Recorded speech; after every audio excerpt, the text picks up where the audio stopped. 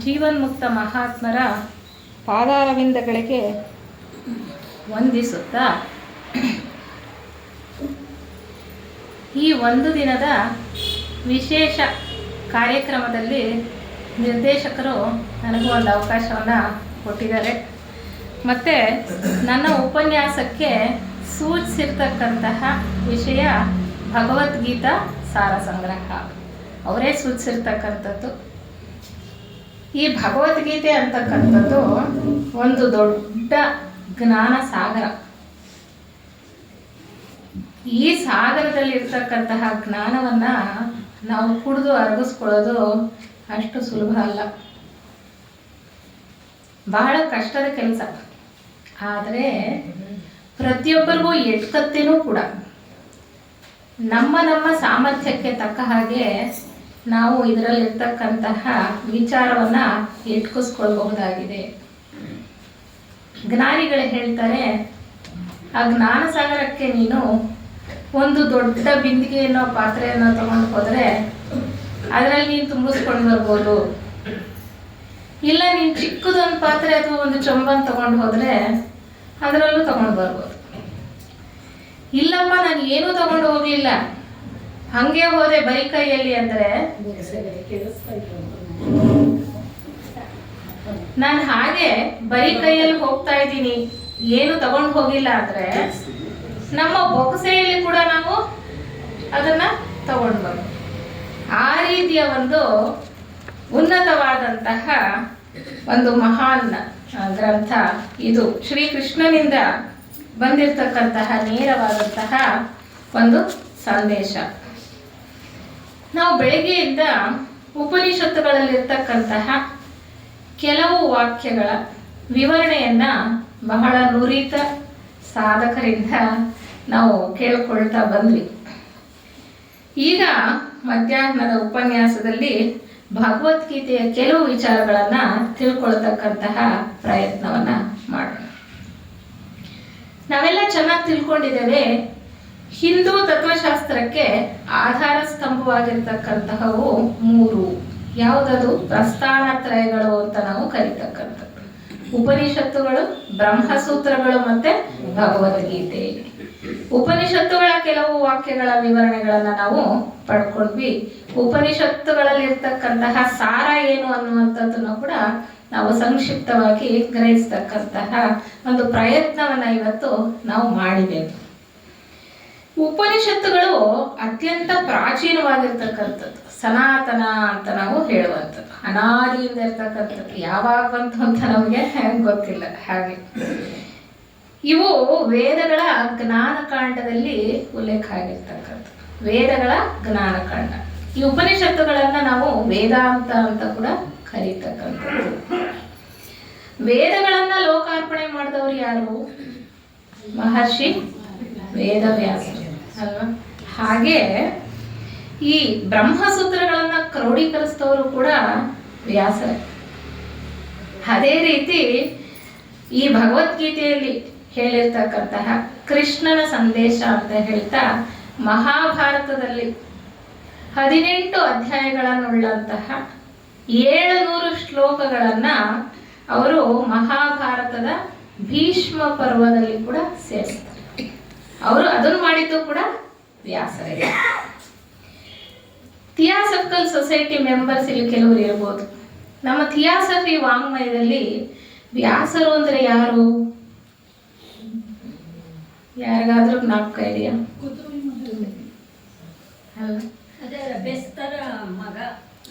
ವ್ಯಾಸರು ನಮ್ಮ ಥಿಯಾಸಫಿ ವಾಂಗ್ಮಯದಲ್ಲಿ ಹೇಳಿರೋ ಪ್ರಕಾರ ಭಗವಾನ್ ಬುದ್ಧರು ಬೋಧಿಸತ್ವರಾಗಿದ್ದಾಗ, ಅಂದ್ರೆ 7ನೇ ದೀಕ್ಷೆಯಲ್ಲಿದ್ದಾಗ ಎತ್ತಿದಂತಹ ಒಂದು ಜನ್ಮ ಅಂತ ಹೇಳುವಂಥದ್ದು. ವ್ಯಾಸರಾಗಿ ಅವರು ಹುಟ್ಟಿದ್ರು. ಅವರು ಮಾಡಿರ್ತಕ್ಕಂತಹ ಉನ್ನತವಾದಂತಹ ಕೆಲಸ ಲೋಕ ಕಲ್ಯಾಣಕ್ಕೋಸ್ಕರ, ಎಲ್ಲ ಮಾನವರ ಆತ್ಮ ವಿಕಾಸಕ್ಕೋಸ್ಕರ ಕೊಟ್ಟಂತಹ ಒಂದು ಮಹಾನ್ ಕೆಲಸ. ಅವ್ರು ಮಾಡಿರ್ತಕ್ಕಂತಹ ಒಂದು ಕೆಲಸ. ಉಪನಿಷತ್ತುಗಳು ಮತ್ತೇನೂ ಅಲ್ಲ, ಭಗವದ್ಗೀತೆ ಮತ್ತೇನೂ ಅಲ್ಲ, ಉಪನಿಷತ್ತುಗಳ ಸಾರ. ಉಪನಿಷತ್ತುಗಳ ಸಾರವೇ ಭಗವದ್ಗೀತೆ. ಹಾಗಾಗಿ ಇಲ್ಲಿ ಬಹಳ ಸರಳವಾಗಿ ಶ್ರೀಕೃಷ್ಣ ಮಾನವನ ಕೋಟಿಗೆ ಅರ್ಥ ಆಗುವ ಹಾಗೆ ಅರ್ಜುನನನ್ನ ನಿಮಿತ್ತವಾಗಿಟ್ಕೊಂಡು ಕೊಟ್ಟಂತಹ ಸಂದೇಶ. ಅಂದ್ರೆ ಅರ್ಜುನನಿಗೆ ಮಾತ್ರ ಕೊಟ್ಟಂತಹ ಸಂದೇಶನ ಅಂದ್ರೆ ಖಂಡಿತವಾಗ್ಲೂ ಅಲ್ಲ. ಅರ್ಜುನ ನಿಮಿತ್ತನಾಗಿದ್ದ. ಇದು ಮಾನವ ಕೋಟಿಗೆ ಎಲ್ರಿಗೂ ಕೂಡ ಅವಶ್ಯಕವಾಗಿ ಬೇಕಾಗಿರ್ತಕ್ಕಂಥದ್ದು, ಅನುಕೂಲವಾಗಿರ್ತಕ್ಕಂಥದ್ದು. ಈ ಉಪನಿಷತ್ತುಗಳ ಸಾರನೇ ಭಗವದ್ಗೀತೆ ಅಂತ ಹೇಳಿದಲ್ಲ, ಅದನ್ನ ನಾವು ಭಗವದ್ಗೀತೆಯ ಧ್ಯಾನ ಶ್ಲೋಕಗಳಲ್ಲಿ ತಿಳ್ಕೊಳ್ಬೋದು. ಈ ವಿಚಾರ ಎಲ್ಲಿ ಹೇಳಿದ್ದಾರೆ ಅಂದ್ರೆ, ಭಗವದ್ಗೀತೆ ನಾವು ಪಠನ ಮಾಡೋಕ್ ಮುಂಚೆ ಧ್ಯಾನ ಶ್ಲೋಕಗಳು ಅಂತ ಬರುತ್ತೆ ಅಲ್ವಾ. ಆ ಧ್ಯಾನ ಶ್ಲೋಕಗಳಲ್ಲಿ ಒಂದರಲ್ಲಿ ಹೇಳ್ತಾರೆ, ಬಹಳ ಚೆನ್ನಾಗಿ ಹೇಳ್ತಾರೆ. ಸರ್ವೋಪನಿಷದೋ ಗಾವೋ ದೋಗ್ಧಾ ಗೋಪಾಲನಂದನಃ ಪಾರ್ಥೋ ವತ್ಸಸುಧೀರ್ಭೋಕ್ತ ದುಗ್ಧಂ ಗೀತಾಮೃತಂ ಮಹತ್. ಅಂದ್ರೆ ಉಪನಿಷತ್ತುಗಳನ್ನ ಗೋವಿಗೆ ಹೋಲಿಸಿದ್ದಾರೆ, ಅಂದ್ರೆ ಹಸುವಿಗೆ ಹೋಲಿಸಿದ್ದಾರೆ. ಆ ಸಾರವನ್ನ ಅಥವಾ ಹಾಲನ್ನ ಗೋವಿಂದ ಕರೀತಾ ಇರ್ತಕ್ಕಂಥದ್ದು ಯಾರು? ಶ್ರೀಕೃಷ್ಣ. ಭಗವಾನ್ ಶ್ರೀಕೃಷ್ಣನೇ ಹಾಲನ್ನ ಕರೀತಾ ಇರ್ತಕ್ಕಂಥದ್ದು. ಅದಕ್ಕೆ ಗೋಪಾಲನಂದನ ಅಂತ ಹೇಳ್ತಾರೆ. ಪಾರ್ಥನನ್ನ ಅಂದ್ರೆ ಅರ್ಜುನನನ್ನ ಕರುವಿಗೆ ಹೋಲಿಸ್ತಾ ಇದ್ದಾರೆ, ಹಾಲನ್ನ ಅಮೃತಕ್ಕೆ ಹೋಲಿಸ್ತಾರೆ, ಗೀತಾಮೃತ ಅಂತ ಹೇಳ್ತಕ್ಕಂಥದ್ದು. ಅರ್ಜುನನಷ್ಟೇ ಅಲ್ಲ, ಈಗಾಗಲೇ ನಾ ಹೇಳಿದ ಹಾಗೆ ಎಲ್ಲ ಸಜ್ಜನರು ಪಾಮರರು ಕೂಡ ಈ ಹಾಲನ್ನ ಕುಡಿದು ಅದರ ಪ್ರಯೋಜನವನ್ನ ಪಡ್ಕೊಳ್ಬೋದು. ಹಾಲನ್ನ ನಿಜವಾಗ್ಲೂ ನಾವು ಕುಡಿಯಬೇಕು, ಸುಮ್ಮನೆ ನೋಡಿದರೆ ಏನು ಪ್ರಯೋಜನ ಇಲ್ಲ. ಅದಕ್ಕೆ ಹೇಳ್ತಾರೆ ಭಗವದ್ಗೀತೆ ಒಂದು ಅನುಷ್ಠಾನ ಶಾಸ್ತ್ರ ಅಥವಾ ನೀತಿ ಶಾಸ್ತ್ರ. ನಾವು ಬರೀ ಪುಸ್ತಕ ಇಟ್ಟು ಪೂಜೆ ಮಾಡೋದಲ್ಲ, ಅಥವಾ ಅದಕ್ಕೆ ಆರತಿ ಬೆಳಗೋದಲ್ಲ, ಅಥವಾ ಅದನ್ನ ಬರೀ ಪಠನ ಮಾಡೋದಲ್ಲ. ಈಗಾಗಲೇ ನಾವು ಅಂದ್ಕೊಂಡ ಹಾಗೆ ಎಲ್ಲ ಕಾರ್ಯಗಳಿಂದನೂ ಸ್ವಲ್ಪನಾದ್ರೂ ಪ್ರಯೋಜನ ಇದೆ, ಅದಕ್ಕೆ ಎಲ್ರಿಗೂ ಎಟಕತ್ತೆ ಅಂತ ಹೇಳಿದ್ರು. ಎಲ್ರಿಗೂ ಎಟಕತ್ತೆ, ಅದು ಅರ್ಥ ಮಾಡ್ಕೊಳ್ಳದೆ ಇದ್ರೂ ಪಠನೆಯನ್ನಾದ್ರೂ ನಾವು ಕಲ್ತ್ಕೊಳ್ಬೋದು. ಹಾಗೆ ಇಲ್ಲ ಅಂದ್ರೆ ಆ ಗ್ರಂಥ ಒಂದಿದೆ ಅಂತ ಇಟ್ಟು ನಾವು ಭಕ್ತಿ ಭಾವದಿಂದ ಪೂಜೆ ಮಾಡೋದಾದ್ರೂ ಆಗಿರ್ಬೋದು. ನಾವು ಯಾವ್ಯಾವ ಸಾಮರ್ಥ್ಯದಲ್ಲಿ ಎಷ್ಟೆಷ್ಟು ಮಟ್ಟಿಗೆ ಯಾವ್ಯಾವ ದೃಷ್ಟಿಯಲ್ಲಿ ನೋಡ್ತೀವೋ ಅಷ್ಟಷ್ಟು ನಮಗೆ ಎಟಕ್ತಾ ಹೋಗುತ್ತೆ ಅನ್ನುವಂಥದ್ದು ಬಹಳ ಮುಖ್ಯವಾದ ವಿಚಾರ. ಎಷ್ಟು ಕಷ್ಟನೋ ಅಷ್ಟೇ ಸರಳವಾಗಿ ನಾವು ತಿಳ್ಕೊಳ್ಳೋದು ಕೂಡ ಸಾಧ್ಯ ಅಂತ. ಅಂದ್ರೆ ನಮ್ಮ ಸಾಮರ್ಥ್ಯಕ್ಕೆ ತಕ್ಕ ಹಾಗೆ ಅಂತ. ಶಂಕರಾಚಾರ್ಯರು ಕೂಡ ಗೀತೆಗೆ ಭಾಷ್ಯವನ್ನು ಬರೀತಾ ಹೇಳ್ತಾರೆ, ಸಮಸ್ತ ವೇದಾರ್ಥ ಸಾರ ಸಮಗ್ರಭೂತಂ ಅಂತ ಹೇಳ್ತಾರೆ. ಸಮಸ್ತ ವೇದಾರ್ಥ ಸಾರ ಸಂಗ್ರಹ ಭೂತಂ ಅಂತ ಹೇಳ್ತಾರೆ. ಅಂದ್ರೆ ಎಲ್ಲ ಉಪನಿಷತ್ತುಗಳ ಸಾರವೇ ಈ ಭಗವದ್ಗೀತೆ ಅಂತ ಹೇಳ್ತಕ್ಕಂಥದ್ದು. ಈ ಭಗವದ್ಗೀತೆಯನ್ನ, ಈ ವೇದಗಳ ಸಾರವನ್ನ ಯಾರು ತಿಳ್ಕೊಳ್ತಾರೋ ಆತನಿಗೆ ಮೋಕ್ಷ ಸಿಗುತ್ತೆ. ಮೋಕ್ಷ ಅಂದ್ರೆ ಏನು ಅಂತ ಒಂದು ಪ್ರಶ್ನೆ ಬಂತು. ಆದರೂ ಮುಕ್ತಿ ಅಂತಕ್ಕಂಥದ್ದು ಜೀವನ್ ಮುಕ್ತಿ, ಈ ಜೀವನದಿಂದ ನಾವು ಪಾರಾಗ್ತಕ್ಕಂಥದ್ದು. ಅದಕ್ಕೆ ಹೇಳ್ತಾರೆ ಪುರುಷಾರ್ಥಗಳನ್ನ ಆತ ಎಲ್ಲ ಪುರುಷಾರ್ಥಗಳ 4 ಹೇಳ್ತೇವಲ್ಲ ನಮ್ಮ ಹಿಂದೂ ಶಾಸ್ತ್ರದಲ್ಲಿ, ಧರ್ಮ ಅರ್ಥ ಕಾಮ ಮೋಕ್ಷ, ಎಲ್ಲವೂ ಕೂಡ ಎಟ್ಕತ್ತೆ ಅಂತ. ಅಂದ್ರೆ ಎಲ್ಲವನ್ನೂ ಕೂಡ ಎಟ್ಕಿಸ್ಕೊಳ್ತಕ್ಕಂತಹ ಒಂದು ತತ್ವ ಈ ಭಗವದ್ಗೀತೆಯಲ್ಲಿ ನಮಗೆ ಸಿಗುತ್ತೆ ಅಂತ ಹೇಳ್ತಾರೆ. ಈ ಭಗವದ್ಗೀತೆಯ ಪ್ರತಿಯೊಂದು ಅಧ್ಯಾಯನೂ ಕೂಡ ಒಂದೊಂದು ಉಪನಿಷತ್ತಕ್ಕೆ ಸಮಾಂತರ. ನಾವು ಬೆಳಗ್ಗೆಯಿಂದ ತಿಳ್ಕೊಳ್ತಾ ಬಂದ್ವಿ, ಎಷ್ಟೋ 1000 ಇದೆ ಉಪನಿಷತ್ತುಗಳು, ಆದ್ರೆ ಸಿಗ್ತಾ ಇರ್ತಕ್ಕಂಥದ್ದು 200ಕ್ಕೂ ಮೇಲೆ. ಆದ್ರೆ ನಿಜವಾಗ್ಲೂ ನಮಗೆ ಭಾಷ್ಯ ಸಿಕ್ಕಿರ್ತಕ್ಕಂಥದ್ದು 108, ಅದರಲ್ಲೂ 11 ಬಹಳ ಮುಖ್ಯವಾಗಿರ್ತಕ್ಕಂಥ ಉಪನಿಷತ್ತುಗಳು ಅಂತ ನಾವು ತಿಳ್ಕೊಳ್ತಾ ಬಂದ್ವಿ.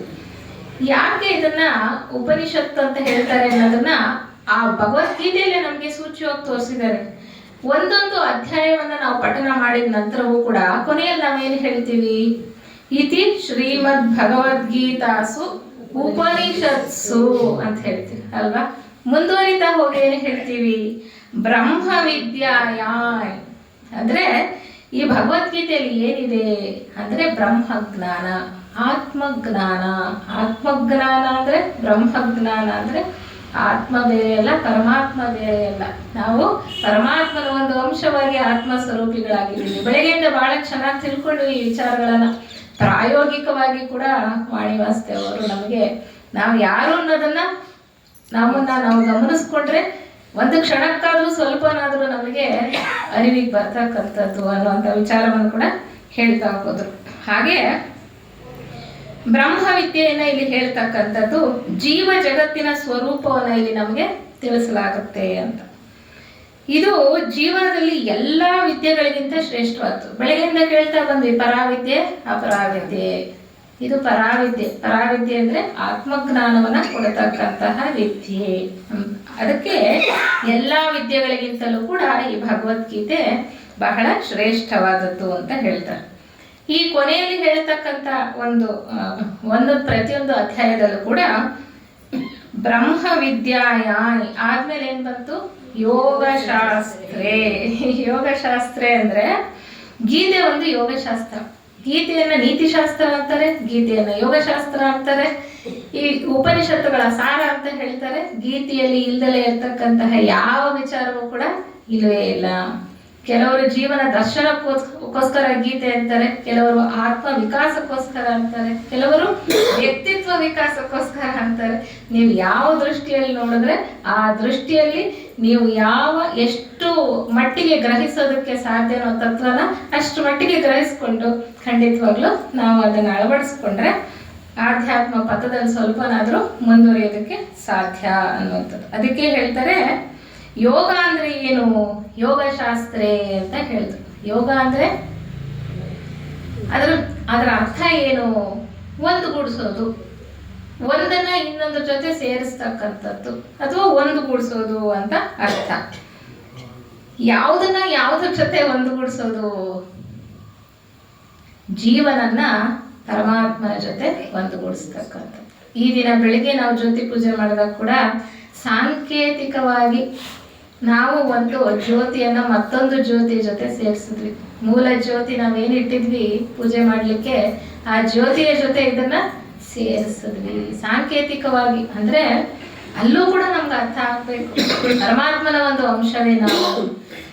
ಅದನ್ನ ಚೆನ್ನಾಗಿ ಅರ್ಥೈಸ್ಕೊಂಡು ನಾವು ಅನುಷ್ಠಾನದಲ್ಲಿ ಮಾಡ್ತಾ ಹೋದ್ರೆ ಆತ್ಮ ಪರಮಾತ್ಮನಲ್ಲಿ ಸೇರಿ ಹೋಗ್ತಕ್ಕಂಥದ್ದು ಅಥವಾ ಜೀವ ಆ ಭಗವಂತನಲ್ಲಿ ಸೇರಿ ಹೋಗ್ತಕ್ಕಂಥದ್ದು. ಅದಕ್ಕೆ ಇದನ್ನ ಯೋಗಶಾಸ್ತ್ರೇ ಅಂತ ಹೇಳ್ತಾರೆ. ಇದು ಅನುಷ್ಠಾನಕ್ಕೆ ಯೋಗ್ಯವಾದಂತಹ ಜ್ಞಾನ. ಅನುಷ್ಠಾನ ಮಾತ್ರನೇ ನಮ್ಮನ್ನ ಈ ಭವಸಾಗರದಿಂದ ಪಾರು ಮಾಡೋದು ಸಾಧ್ಯ. ನಾವು ಎಷ್ಟೇ ತಿಳ್ಕೊಂಡ್ರು, ಎಷ್ಟೇ ಭಾಷಣ ಮಾಡಿದ್ರು, ಏನೇ ಹೇಳಿದ್ರು ಅನುಷ್ಠಾನಕ್ಕೆ ಬರದಲೇ ಇರತಕ್ಕಂತಹ ಜ್ಞಾನ ಪ್ರಯೋಜನ ಇಲ್ಲ ಅನ್ನುವಂಥದ್ದು. ಮುಂದುವರಿತಾ ಹೇಳ್ತಾರೆ ಶ್ರೀಕೃಷ್ಣಾರ್ಜುನ ಸಂವಾದೆ. ಅಂದ್ರೆ ಇದನ್ನ ಯಾವ ರೀತಿ ಕೊಟ್ಟಿದ್ದಾರೆ? ಇಲ್ಲಿ ಅರ್ಜುನ ಪ್ರಶ್ನೆಯನ್ನು ಕೇಳ್ತಾ ಇದ್ದಾನೆ, ಅದಕ್ಕೆ ಸಮಂಜಸವಾದಂತಹ ಉತ್ತರವನ್ನ ಭಗವಂತ ಶ್ರೀಕೃಷ್ಣನೇ ಕೊಡ್ತಾ ಇರ್ತಕ್ಕಂಥದ್ದು. ಇದು ಪ್ರಶ್ನೋತ್ತರ ರೂಪದಲ್ಲಿ ಇದೆ. ಅದಕ್ಕೆ ಶ್ರೀಕೃಷ್ಣನ ಮಧ್ಯದಲ್ಲಿ ನಡೆದಂತಹ ಒಂದು ಸಂವಾದದ ರೂಪದಲ್ಲಿದೆ. ಅದಕ್ಕೆ ಶ್ರೀಕೃಷ್ಣಾರ್ಜುನ ಸಂವಾದೆ ಅಂತ ಹೇಳುವಂಥದ್ದು. ಅಂದ್ರೆ ಭಗವದ್ಗೀತೆ ಒಂದು ನೀತಿಶಾಸ್ತ್ರವೂ ಹೌದು, ಯೋಗಶಾಸ್ತ್ರವೂ ಹೌದು, ಮತ್ತೆ ಇದು ನಮ್ಮನ್ನ ಭಗವಂತನ ಕಡೆಗೆ ಕರ್ಕೊಂಡು ಹೋಗ್ತಕ್ಕಂತಹ ಅನುಷ್ಠಾನ ಶಾಸ್ತ್ರವೂ ಕೂಡ ಹೌದು ಅನ್ನುವಂಥದ್ದು. ಇಲ್ಲಿ ಮುಖ್ಯವಾಗಿ ನಾವು ತಿಳ್ಕೊಳ್ಬೇಕಾಗಿರೋದು 2 ಅಂಶ ಅಂತ ತಿಳಿದವರು ಹೇಳ್ತಾರೆ. ಧರ್ಮ ಮತ್ತೆ ಮೋಕ್ಷ ಅಂತಕ್ಕಂಥದ್ದು 2 ಅಂಶಗಳನ್ನ ಇಲ್ಲಿ ಹೇಳ್ತಾರೆ. ಧರ್ಮ ಅಂದ್ರೆ ನೈತಿಕ ಮತ್ತೆ ನೀತಿಯುತ ಮೌಲ್ಯಗಳ ಮೇಲೆ ನಿಂತಿರ್ತಕ್ಕಂಥದ್ದು ಧರ್ಮ. ಬೇರೆಯವರಿಗೆ ಸಹಕಾರಿಯಾಗಿ ನಡೀತಕ್ಕಂಥದ್ದು, ಲೋಕ ಕಲ್ಯಾಣಕ್ಕೋಸ್ಕರ ನಾವು ಜೀವನ ಮಾಡ್ತಕ್ಕಂಥದ್ದೇ ಧರ್ಮ, ಮಾನವ ಧರ್ಮ. ಇರ್ಲಿ, ಅದನ್ನ ಹೆಚ್ಚು ವಿವರಣೆಯನ್ನ ಈಗ ನೋಡೋದು ಬೇಡ. ಮತ್ತೆ ಮೋಕ್ಷ ಅಂದ್ರೆ ಮುಕ್ತಿ ಅಂತ ನಾವು ಅನ್ಕೊಂಡ್ರೆ, ಈ ಒಂದು ಕೆಳಗಿನ ಪ್ರಪಂಚದಲ್ಲಿ ನಾವೇನ್ ಜೀವನ ಮಾಡ್ತಾ ಇದ್ದೀವಿ, ಇಲ್ಲಿಂದ ನಾವು ಪಾರಾಗಿ ಹುಟ್ಟು ಸಾವುಗಳಿಂದ ಮುಕ್ತಿಯನ್ನ ಪಡ್ಕೊಂಡು ನಾವು ಮುಂದಿನ ಹಂತಕ್ಕೆ ಹೋಗ್ತಕ್ಕಂಥದ್ದನ್ನೇ ಮೋಕ್ಷ ಮಾರ್ಗ ಅಥವಾ ಮೋಕ್ಷ ಅಂತ ನಾವು ತಿಳ್ಕೊಳ್ಬಹುದಾಗಿದೆ. ಈ ಗೀತೆ ಎಷ್ಟು ಅಧ್ಯಾಯಗಳಿದೆ ಇಲ್ಲಿ? 18 ಅಧ್ಯಾಯಗಳಿದೆ.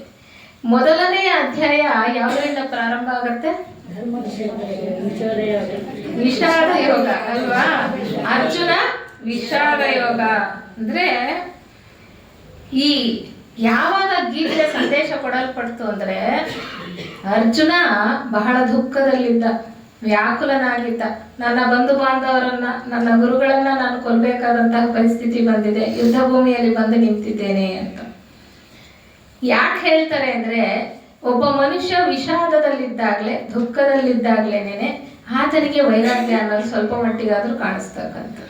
ಮತ್ತೆ ಆಗ್ಲೇ ನಿಜವಾಗ್ಲೂ ಆತ್ಮಜ್ಞಾನ ಅಥವಾ ಸಂದೇಶ ಅನ್ನೋದಕ್ಕೆ ಓಡೋದಕ್ಕೆ ಸಾಧ್ಯ ಅಂತ.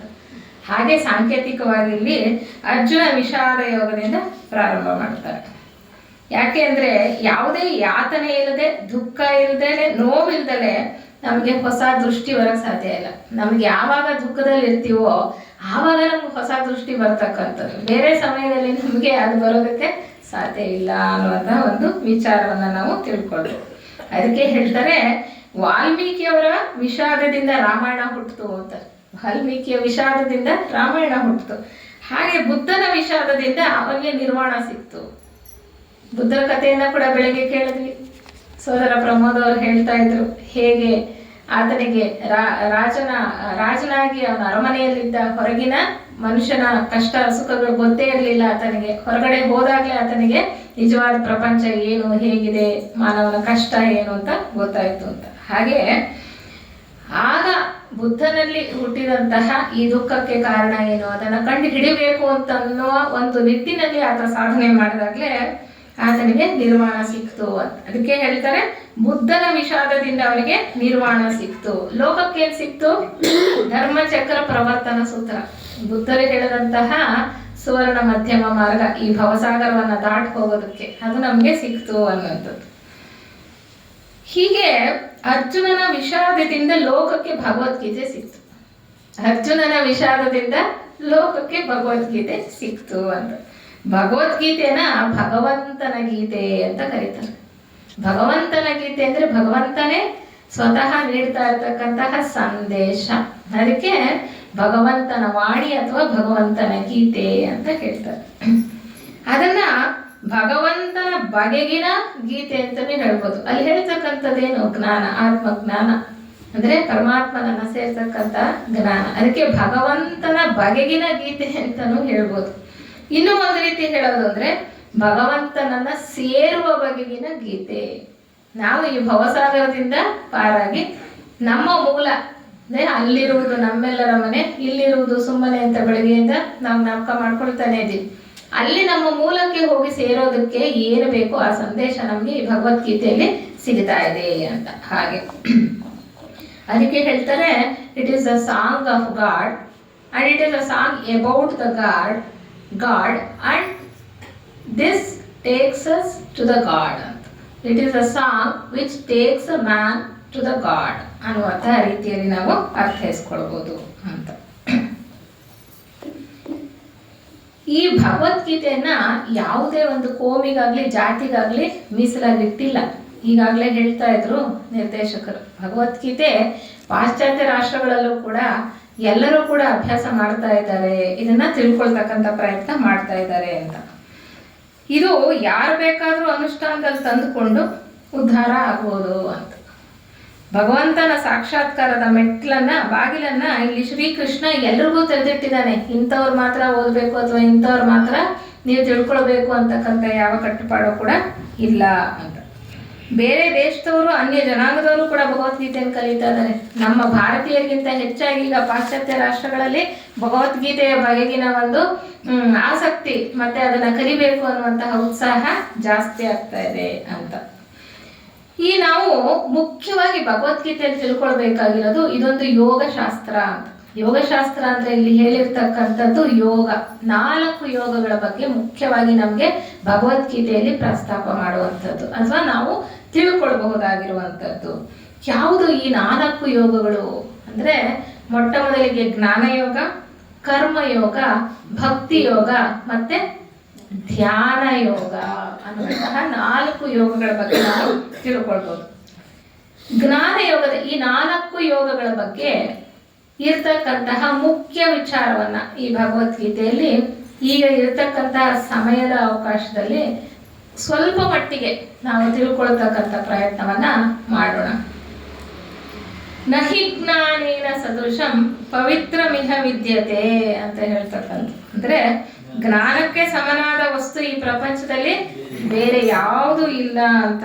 ತತ್ ಸ್ವಯಂ ಯೋಗ ಸಂಸಿದ್ಧ ಕಾಲೇನಾತ್ಮನಿ ನಿಂದತಿ ಅಂತ ಹೇಳ್ತಾರೆ. ಇದು 5ನೇ ಅಧ್ಯಾಯದ 38ನೇ ಒಂದು ಶ್ಲೋಕ. ಕಾಲಕ್ರಮೇಣ ಯಾರು ಈ ಯೋಗ ಸಾಧನೆಯಲ್ಲಿ ತೊಡಗಿಕೊಳ್ತಾನೋ ಆತ ತನ್ನಲ್ಲೇ ಜ್ಞಾನವನ್ನ ಪಡೀತಾನೆ. ಜ್ಞಾನ ಎಲ್ಲಿದೆ? ಹೊರಗಡೆ ಇಲ್ಲ. ಹೊರಗಡೆ ಇರೋದೆಲ್ಲ ಜ್ಞಾನ ಪ್ರಾಪಂಚಿಕ ಜ್ಞಾನ, ಅದು ಶಾಶ್ವತವಾದಂತಹ ಜ್ಞಾನ ಅಲ್ಲ. ನಮ್ಮ ಒಳಗಡೆನೆ ಇರ್ತಕ್ಕಂತಹ ಆತ್ಮಜ್ಞಾನ, ನಮ್ಮ ಸ್ವಸ್ವರೂಪವನ್ನು ಕಂಡುಕೊಳ್ತಕ್ಕಂತಹ ಜ್ಞಾನನೇ ಬಹಳ ಮುಖ್ಯವಾಗಿರೋದು ಅಂತ ನಾವು ತಿಳ್ಕೊಳ್ಬೋದು. ಈ ಜ್ಞಾನ ಹೇಗೆ ಅಂದ್ರೆ ಅಗ್ನಿ ಇದ್ದ ಹಾಗೆ. ಇದು ಮನುಷ್ಯನನ್ನ ಪವಿತ್ರನನ್ನಾಗಿ ಮಾಡುತ್ತೆ. ಅಗ್ನಿಯಿಂದ ಚಿನ್ನದ ಅದರನ್ನೇನ್ ಮಾಡ್ತಾರೆ? ಚಿನ್ನದ ಅದರನ್ನ ಅಗ್ನಿಯಲ್ಲಿ ಹಾಕಿದ್ರೆ ಪುಟ ಬಿಟ್ಟ ಚಿನ್ನದ ಹಾಗೆ ಅದು ಪವಿತ್ರವಾಗಿರ್ತಕ್ಕಂಥ ಚಿನ್ನ ಹೊರಬರ್ತಕ್ಕಂಥದ್ದು. ಹಾಗೆ ಅಗ್ನಿ ಮನುಷ್ಯನನ್ನ ಪವಿತ್ರನನ್ನಾಗಿ ಮಾಡುತ್ತೆ. ಶುದ್ಧೀಕರಣ ಕಾರ್ಯದಲ್ಲಿ ಜ್ಞಾನಕ್ಕಿಂತ ಬೇರೆ ಸಮಾನವಾದಂತಹ ಬೇರೊಂದು ಇಲ್ವೇ ಇಲ್ಲ. ಜ್ಞಾನ ಬೇಕೇ ಬೇಕು ಮನುಷ್ಯನಿಗೆ. ಜ್ಞಾನ ಇಲ್ಲದೆ ಇದ್ರೆ ಆತ ಸರಿಯಾದ ದಾರಿಯಲ್ಲಿ ನಡೆಯೋದಕ್ಕೆ ಖಂಡಿತವಾಗ್ಲೂ ಸಾಧ್ಯ ಇಲ್ಲ ಅನ್ನುವಂತಹ ವಿಚಾರ. ಅದಕ್ಕೆ ಜ್ಞಾನಕ್ಕೆ ಬಹಳ ಮಹತ್ವವನ್ನ ಇಲ್ಲಿ ಕೊಟ್ಟಿರ್ತಕ್ಕಂಥದ್ದು. ಯಾವ ಜ್ಞಾನವನ್ನ ನಾವು ತಿಳ್ಕೊಳ್ಬೇಕು? ವಿಜ್ಞಾನ, ಗಣಿತ, ಸಮಾಜಶಾಸ್ತ್ರ ಅವೆಲ್ಲ ಹೊರಗಿನ ವ್ಯವಹಾರಕ್ಕೋಸ್ಕರ, ನಮ್ಮ ಹೊಟ್ಟೆಪಾಡಿಗೋಸ್ಕರ ಕಲ್ತ್ಕೊಳ್ತಕ್ಕಂತಹ ಜ್ಞಾನ. ಆದ್ರೆ ಇಲ್ಲಿ ನಮಗೆ ಬೇಕಾಗಿರೋದು ಆತ್ಮಜ್ಞಾನ. ಈ ಜ್ಞಾನದಲ್ಲಿ ನಮ್ಗೆ ಏನ್ ಮುಖ್ಯವಾಗಿ ನಾವು ತಿಳ್ಕೊಳ್ಬೇಕಾಗಿದೆ? ಆತ್ಮ ಅನಾತ್ಮ ವಸ್ತುವಿನ ವಿವೇಚನೆ. ಪರಮಾತ್ಮನ ಒಂದು ಯೋಜನೆ ಇದೆ, ಅದು ಸಂಸರಣಾ ಯೋಜನೆ. God has a plan, that is evolution ಅಂತ ಹೇಳ್ತಕ್ಕಂಥದ್ದು. ಈ ಜೀವ ವಿಕಾಸ ಯೋಜನೆ, ಅದನ್ನ ನಾವು ಸರಿಯಾಗಿ ಅರ್ಥ ಮಾಡ್ಕೊಳ್ಬೇಕಾಗಿದೆ. ಮತ್ತು ಆತ್ಮ ಅನಾತ್ಮ ವಸ್ತುವಿನ ವಿವೇಕವನ್ನು ಪಡ್ಕೊಳ್ಬೇಕಾಗಿದೆ. ಶಾಶ್ವತ ಯಾವುದು, ಅಶಾಶ್ವತ ಯಾವುದು ಅನ್ನುವಂಥದ್ದು ನಮಗೆ ಗೊತ್ತಾಗಬೇಕಾಗಿದೆ. ಈಗ ನಾವು ಸಾಕಷ್ಟು ತಿಳ್ಕೊಂಡ್ವಿ 2 ಉಪನ್ಯಾಸಗಳಲ್ಲೂ. ನಾನು ದೇಹನ ಅಲ್ಲ, ನಾನು ಇಂದ್ರಿಯಗಳ ಅಲ್ಲ, ನಾನು ಮನಸ್ಸ ಅಲ್ಲ. ಈ ಎಲ್ಲವೂ ಕೂಡ ಆತ್ಮನಿಗೆ ಇರ್ತಕ್ಕಂತಹ ಉಪಾಧಿಗಳು ಅನ್ನುವಂಥದ್ದು. ಆತ್ಮ ಅಂದ್ರೆ ಮತ್ತೇನು ಅಲ್ಲ, ಪರಮಾತ್ಮನ ಚೈತನ್ಯದ ಒಂದು ಅಂಶ ಅಷ್ಟೇ. ಅದು ನಾವು ತಿಳ್ಕೊಳ್ಬೇಕು. ಆತ್ಮನನ್ನ ನೋಡಿದೀವ, ಆತ್ಮನ ಸ್ವರೂಪ ಏನು ಅನ್ನುವಂಥದ್ದು ನಮಗೆ ಅರ್ಥ ಆಗ್ಬೇಕು. ಅಂದ್ರೆ ಗೀತೆಯಲ್ಲಿ ಶ್ರೀಕೃಷ್ಣ ಹೇಳ್ತಾ ಹೋಗ್ತಾನೆ, ಈ ದೇಹ, ಇಂದ್ರಿಯ, ಮನಸ್ಸು, ಬುದ್ಧಿ ಎಲ್ಲವೂ ಕೂಡ ಈ ಪ್ರಕೃತಿಯೊಳಗೆ ಇರ್ತಕ್ಕಂಥದ್ದು. ದೇಹ ಏನಿಂದ ಆಗಿದೆ? ಪಂಚಭೂತಗಳಿಂದ ಆಗಿರ್ತಕ್ಕಂಥದ್ದು. ಇದು ಶಾಶ್ವತನ ದೇಹ? ಶಾಶ್ವತ ಅಲ್ಲ. ಇದು ಒಂದಿನ ಹೋಗ್ತಕ್ಕಂಥದ್ದೇ, ನಶಿಸಿ ಹೋಗುವಂಥದ್ದೇ. ಇಂದ್ರಿಯಗಳು ಅಲ್ಲ, ಮನಸ್ಸು ಕೂಡ ಅಲ್ಲ. ಮನಸ್ಸು ಕೂಡ ಒಂದು ದೇಹನೇ, ಅದು ಸೂಕ್ಷ್ಮ ದೇಹ. ಮನಸ್ಸು ನಮ್ಮ ಕಣ್ಣಿಗೆ ಕಾಣಿಸೋದಿಲ್ಲ, ಅದು ಸೂಕ್ಷ್ಮ ದೇಹ. ಅದು ಕೂಡ ಮನೋಲೋಕದ ಪ್ರಕೃತಿ ತತ್ವಗಳಿಂದ ಆಗಿರ್ತಕ್ಕಂಥದ್ದು ಮನಸ್ಸು. ಅದು ಕೂಡ ಶಾಶ್ವತ ಅಲ್ಲ. ಬುದ್ಧಿಯೂ ಅಷ್ಟೇ, ಅಹಂಕಾರವೂ ಅಷ್ಟೇ. ಹೀಗೆ ಇವ್ಯಾವುವೂ ಕೂಡ ಶಾಶ್ವತ ಅಲ್ಲ ಅನ್ನುವಂತಹ ಒಂದು ಅರಿವು ನಮಗೆ ಬರಬೇಕಾಗಿದೆ. ಆದರೆ ಈ ಎಲ್ಲವೂ ಕೂಡ ಆ ಆತ್ಮ ಚೈತನ್ಯಕ್ಕೆ ಇರ್ತಕ್ಕಂತಹ ಉಪಾಧಿಗಳು. ಈ ಕೆಳಗಿನ ಒಂದು ಹಂತದಲ್ಲಿ ಪಡ್ಕೊಳ್ಬೇಕಾಗಿರುವಂತಹ ಅನುಭವಕ್ಕೋಸ್ಕರ ಇವು ಬೇಕಾಗಿವೆ ಅನ್ನುವಂಥದ್ದನ್ನ ತಿಳ್ಕೋಬೇಕು. ಆದರೆ ನಾವು ಈ ದೇಹನೇ ನಾನು, ಈ ಮನಸ್ಸೇ ನಾನು ಅನ್ನುವಂತಹ ಭಾವದಲ್ಲಿ ಬದುಕ್ತಾ ಇದ್ದೇವೆ. ಅದನ್ನು ಬಿಟ್ಟರೆ ನನ್ನ ಅಸ್ತಿತ್ವನೇ ಇಲ್ಲ ಅನ್ನುವ ಹಾಗೆ. ಅಂದ್ರೆ ಮನುಷ್ಯ ತಾನೇ ದೇಹ, ಮನಸ್ಸು ಅನ್ನುವಂತಹ ತಾತ್ಯಾತ್ಮ ಭಾವದಲ್ಲಿ ಬದುಕ್ತಾ ಇದ್ದಾನೆ. ಹಾಗಿರುವಾಗ ನಾವು ಸಾಮಾನ್ಯರಾದವರು ಅರ್ಥ ಮಾಡ್ಕೊಳ್ಳೋದು ಕಷ್ಟ. ಅದಕ್ಕೆ ಮನಸ್ಸಿನಿಂದ ಹೊರಗಡೆ ನಿಂತು, ನಮ್ಮ ದೇಹದಿಂದ ಹೊರಗಡೆ ನಿಂತು ನಮ್ಮನ್ನ ನಾವು ವೀಕ್ಷಣೆ ಮಾಡ್ಕೊಂಡಿದ್ದೆ ಆದರೆ ಮನಸ್ಸನ್ನು ನಾವು ವೀಕ್ಷಣೆ ಮಾಡ್ಬೋದು ಅಂತಂದ್ರೆ ಅದಕ್ಕಿಂತ ಉನ್ನತವಾದ ಏನೋ ಇದೆ ಅಂತ ಈಗಾಗಲೇ ತಿಳ್ಕೊಂಡ್ವಿ. ಹಿಂದಿನ ಉಪನ್ಯಾಸದಲ್ಲಿ ಸಾಕ್ಷಿ ಅಂದ್ರೆ ಏನು ಅಂತ.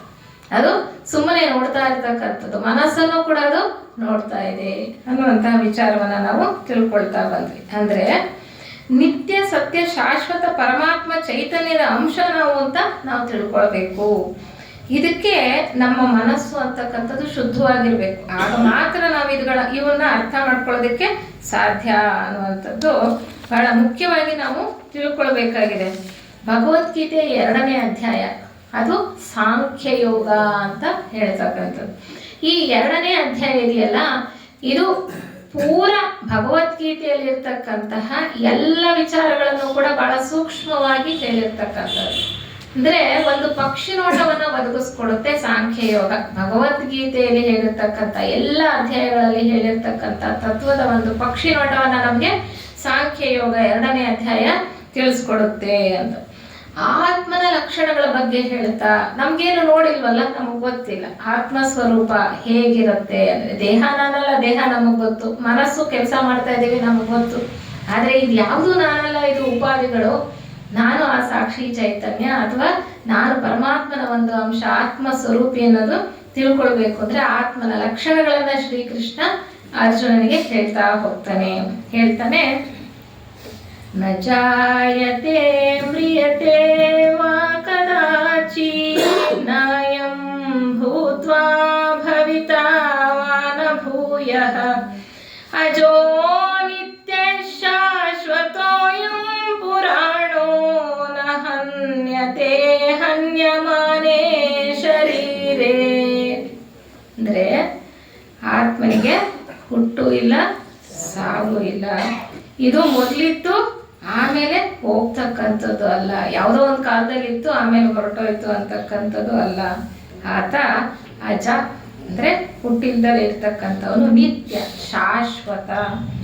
ಶರೀರ ಹತ ಆಗ್ತಾ ಇದ್ರು ಕೂಡ ಈ ಒಳಗಡೆ ಇರ್ತಕ್ಕಂಥ ಚೈತನ್ಯ ಅಥವಾ ಆತ್ಮ ಹತನ ಆಗೋದಿಲ್ಲ ಅನ್ನುವಂಥದ್ದನ್ನ ನಮಗೆ ಶ್ರೀಕೃಷ್ಣ ಬಹಳ ಚೆನ್ನಾಗಿ ಹೇಳ್ತಕ್ಕಂಥದ್ದು. ಈ ದೇಹ ಅಶಾಶ್ವತ, ಆದ್ರೆ ಒಳಗಡೆ ಇರ್ತಕ್ಕಂಥ ಚೈತನ್ಯ ಶಾಶ್ವತ. ಆ ಚೈತನ್ಯ ಶಕ್ತಿ ಇದ್ರೇನೆ ಈ ದೇಹ ಕೆಲಸ ಮಾಡ್ಲಿಕ್ಕೆ ಸಾಧ್ಯ. ಯಾಕೆಂದ್ರೆ ಆತ್ಮನಿರೋವರೆಗೂ ಆತ ಮನುಷ್ಯ, ಅದು ಬಿಟ್ಟು ಹೋದ್ಮೇಲೆ ಬರೀ ಅದು ಶವ ಅಷ್ಟೇ ಅಲ್ವಾ. ಶಿವನಿರೋವರೆಗೂ ಆತ ಮನುಷ್ಯ, ಅದು ಬಿಟ್ಟು ಹೋದ್ರೆ ಶವ ಅಂತ ಹೇಳ್ತಕ್ಕಂಥದ್ದು. ಈ ದೇಹದ ಬಗ್ಗೆ ಶ್ರೀಕೃಷ್ಣ ಹೇಳ್ತಕ್ಕಂಥದ್ದು ಮತ್ತೊಂದು ಶ್ಲೋಕದಲ್ಲಿ, ವಾಸಾಂಸಿ ಜೀರ್ಣಾನಿ ಯಥಾ ವಿಹಾಯ ನವಾನಿ ಗೃಹ್ಣಾತಿ ನರೋಪರಾಣಿ ತಥಾ ಶರೀರಾಣಿ ವಿಹಾಯ ಜೀರ್ಣಾನ್ಯನ್ಯಾನಿ ಸಂಯಾತಿ ನವಾನಿ ದೇಹಿ. ಇದು ಕೂಡ 2ನೇ ಅಧ್ಯಾಯದಲ್ಲಿ ಇರ್ತಕ್ಕಂಥದ್ದು. ಅಂದ್ರೆ ಮನುಷ್ಯ ಹೇಗೆ ತನ್ನ ಹರಿದ ಬಟ್ಟೆಗಳನ್ನ ಅಥವಾ ಸವದ ಬಟ್ಟೆಗಳನ್ನ ತೆಗೆದುಹಾಕಿ ಮತ್ತೆ ಹೊಸ ಬಟ್ಟೆಗಳನ್ನ ಧರಿಸ್ತಾನೋ, ಅದೇ ರೀತಿ ಆತ್ಮ ಜೀರ್ಣವಾದ ಶರೀರವನ್ನ ಬಿಟ್ಟು ಹೊಸ ಶರೀರವನ್ನ ಧರಿಸ್ತಕ್ಕಂಥದ್ದು. ಅಂದ್ರೆ ಆತ್ಮನ ಲಕ್ಷಣಗಳನ್ನ ಹೇಳ್ತಾ ನಮ್ಗೆ ವಿಚಾರಗಳನ್ನ ಹೇಳ್ತಾ ಇರೋದು. ಮತ್ತೆ ಹೇಳ್ತಾನೆ ಶ್ರೀಕೃಷ್ಣ ಅದೇ ಅಧ್ಯಾಯದಲ್ಲಿ ಇನ್ನೊಂದು ಶ್ಲೋಕದಲ್ಲಿ, ನೈನಂ ಚಿಂದಂತಿ ಶಸ್ತ್ರಾಣಿ ನೈನಂ ದಹತಿ ಪಾವಕಃ ನ ಚೈನಂ ಕ್ಲೇದಯಂತ್ಯಾಪೋ ನ ಶೋಷಯತಿ ಮಾರುತಃ. ಆತ್ಮ ಅಂದ್ರೆ ಏನು, ಚೈತನ್ಯ ಅಂದ್ರೆ ಏನು ಅಂದ್ರೆ ಅದನ್ನ ಯಾವುದೇ ಶಸ್ತ್ರಗಳು ಕೂಡ ಕತ್ತರಿಸೋದಕ್ಕೆ ಸಾಧ್ಯ ಇಲ್ಲ. ಅಗ್ನಿ ಅದನ್ನ ಸುಡೋದು ಇಲ್ಲ, ನೀರು ಅದನ್ನ ತೋರಿಸೋದು ಇಲ್ಲ, ನೆನೆಸೋದು ಇಲ್ಲ, ಗಾಳಿ ಕೂಡ ಅದನ್ನ ಒಣಗಿಸೋದಕ್ಕೆ ಸಾಧ್ಯ ಇಲ್ಲ. ಅಂದ್ರೆ ಈ ಪಂಚಭೂತಗಳ ಆತ್ಮನನ್ನ ಏನು ಮಾಡೋದಕ್ಕೆ ಸಾಧ್ಯ ಇಲ್ಲ. ಪ್ರಕೃತಿ ತತ್ವಗಳು ಈ ಒಳಗಿರ್ತಕ್ಕಂಥ ಚೈತನ್ಯವನ್ನ ಏನು ಮಾಡೋದಕ್ಕೆ ಸಾಧ್ಯ ಇಲ್ಲ. ಅಂದ್ರೆ ಆತ್ಮ ದೇಹ ಅಲ್ಲ, ಆದ್ರೆ ಆತ್ಮ ದೇಹವನ್ನ ಉಪಯೋಗಿಸ್ತಾ ಇರ್ತಕ್ಕಂಥವನು ಅನ್ನುವಂತಹ ಸಂದೇಶ ನಮ್ಗಿಲ್ಲಿ ಸಿಗ್ತಾ ಹೋಗುತ್ತೆ. ಈ ನಾವು ಆತ್ಮ ಸ್ವರೂಪಿಗಳು ಅಂತ ಹೇಳ್ತೀವಲ್ಲ, ಆ ನಮ್ಮ ಸ್ವಸ್ವರೂಪವನ್ನ ನಾವು ಕಂಡುಕೊಳ್ಬೇಕಾಗಿದೆ. ಈ ಆತ್ಮ ಜ್ಞಾನದ ಬೆಳಕಿನಲ್ಲಿ ಸಾಧನೆಯನ್ನ ಮಾಡ್ತಾ ನಾವು ನಮ್ಮ ಸ್ವಸ್ವರೂಪವನ್ನ ಕಂಡುಕೊಳ್ಬೇಕಾಗಿದೆ. ಶಂಕರಾಚಾರ್ಯರು ವಿವೇಕ ಚೂಡಾಮಣಿಯಲ್ಲಿ ಹೇಳ್ತಕ್ಕಂಥದ್ದೇ ಅಪರೋಕ್ಷಾನುಭೂತಿ. ನಾವೆಲ್ಲ ಏನ್ ಮಾಡ್ತಿದೀವಿ ಈಗ, ಆತ್ಮನ ವಿಚಾರ ಆಗ್ಲಿ ಮತ್ತೊಂದಾಗ್ಲಿ ಹೊರಗಡೆ ಪುಸ್ತಕಗಳಲ್ಲಿ ಓದಿ ತಿಳ್ಕೊಳ್ತಾ ಇದ್ದೇವೆ, ಇಲ್ಲ ಉಪನ್ಯಾಸಗಳಲ್ಲಿ ಕೇಳಿ ತಿಳ್ಕೊಳ್ತಾ ಇದ್ದೇವೆ. ಆದ್ರೆ ಸಾಧನೆಯ ಮೂಲಕ ನನ್ನ ಸ್ವಸ್ವರೂಪವನ್ನ ನಾನೇ ಕಂಡುಕೊಳ್ತಕ್ಕಂಥದ್ದಿಯಲ್ಲ ಅದು ಅಪರೋಕ್ಷ ಅನುಭೂತಿ, ಅಂದರೆ ಡೈರೆಕ್ಟ್ ಪರ್ಸೆಪ್ಷನ್ ಆಫ್ ಬ್ರಹ್ಮನ್ನ ಒಂದು ಅಂಶನೇ ನಾವು ಕೂಡ, ಅಂದರೆ ಆತ್ಮನೂ ಕೂಡ. ಆದರೆ ಹೇಳ್ತಾರೆ ಅದನ್ನು ನಾವು ನಮ್ಮ ಸಾಧನೆಯ ಮೂಲಕ ತಿಳ್ಕೊಳ್ಬೇಕಾಗಿದೆ. ಬಹಳ ಚೆನ್ನಾಗಿ ಹೇಳಿದ್ರು ಹಿಂದಿನ ಒಂದು ಉಪನ್ಯಾಸಕರು. ನಾವು ಈ ದೇಹನೇ ನಾವು ಅಂತ ಅಂದ್ಕೊಂಡ್ಬಿಟ್ಟಿದ್ದೀವಿ. ಮಡಕೆಯಲ್ಲಿರ್ತಕ್ಕಂತಹ ನೀರು ಎಷ್ಟು ಚೆನ್ನಾಗಿ ಒಂದು ಉದಾಹರಣೆಯನ್ನು ಕೊಡ್ತಾ ಹೋದ್ರು. ಭಗವದ್ಗೀತೆ ಉಪನಿಷತ್ತುಗಳ ಸಾರ ಅಂದರೆ ಈಗ ಅವ್ರಿಗೆ ಹೇಳಿರ್ತಕ್ಕಂಥ ಎಷ್ಟೋ ವಿಚಾರಗಳನ್ನು ನಾವು ನೆನಪು ಮಾಡ್ಕೊಳ್ಬೋದಾಗಿದೆ ಅಲ್ವಾ. ಈ ಮಡಕೆಗಳಲ್ಲಿ ಇರ್ತಕ್ಕಂತಹ ನೀರು, ಮಡಕೆ ಅಂದರೆ ದೇಹ ಅಂತ ನಾವು ಅಂದ್ಕೊಂಡ್ರೆ ಘನವಸ್ತು, ನೀರು ಮನಸ್ಸು, ಅದೇ ರೀತಿ ಅದರಲ್ಲಿ ಬೀಳ್ತಕ್ಕಂತಹ ಸೂರ್ಯನ ಬಿಂಬ ಇದೆಯಲ್ಲ, ಆ ಬಿಂಬವೇ ನಾನು ಅಂತ. ಅಂದರೆ ಈ ಯಾವುದು ಶಾಶ್ವತ ಅಲ್ಲ, ಈ ಮಡಕೆ ಆಗಲಿ ನೀರಾಗಲಿ ಯಾವುದು ಶಾಶ್ವತ ಅಲ್ಲ. ಅಲ್ಲಿ ಬೀಳ್ತಾ ಇರ್ತಕ್ಕಂತಹ ಪರಮಾತ್ಮ ಚೈತನ್ಯದ ಬಿಂಬ ಇದೆಯಲ್ಲ, ಅದು ನಾನು ಅಂತಕ್ಕಂಥದ್ದನ್ನು ನಾವು ಚೆನ್ನಾಗಿ ಅರ್ಥ ಮಾಡ್ಕೊಳ್ಬೇಕು ಅಂತ ಅವರು ಹೇಳ್ತಾ ಹೋದರು.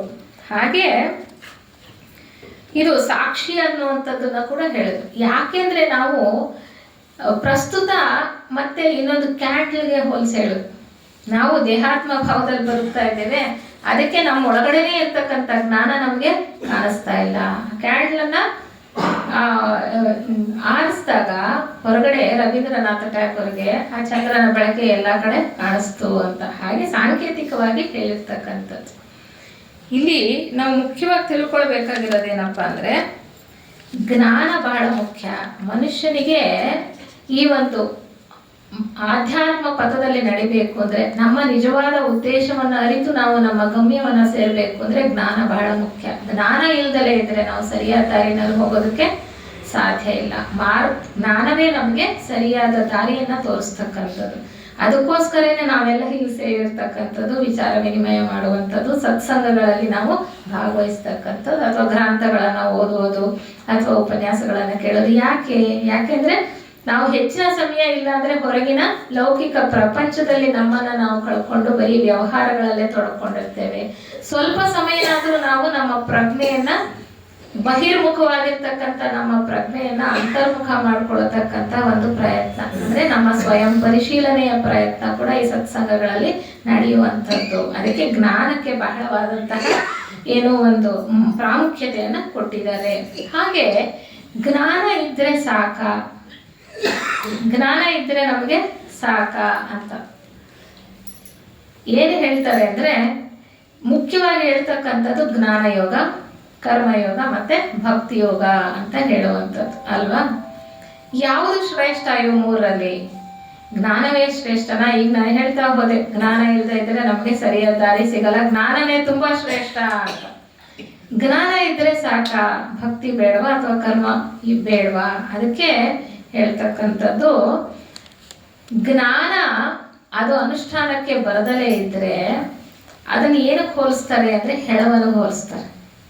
ಅನುಷ್ಠಾನಕ್ಕೆ ಬರದಂತಹ ಜ್ಞಾನ ಹೆಳವನಿಗೆ ಸಮಾನ ಅಂತ ಹೇಳುವಂಥದ್ದು. ಅದೇ ರೀತಿ ಅದಕ್ಕೋಸ್ಕರನೇ ಕರ್ಮಯೋಗವನ್ನ ಎತ್ತಿ ಹಿಡಿತಾ ಇರುವಂಥದ್ದು. ಅನುಷ್ಠಾನ ಶಾಸ್ತ್ರ ಅಂತ ಈಗಾಗಲೇ ನಾವು ತಿಳ್ಕೊಂಡ್ವಿ ಭಗವದ್ಗೀತೆಯನ್ನ, ಅದಕ್ಕೆ ಕರ್ಮಯೋಗಕ್ಕೆ ಬಹಳ ಮುಖ್ಯವಾಗಿರ್ತಕ್ಕಂಥ ಪ್ರಾಮುಖ್ಯತೆಯನ್ನ ಕೊಡ್ತಾ ಹೋಗ್ತಾರೆ.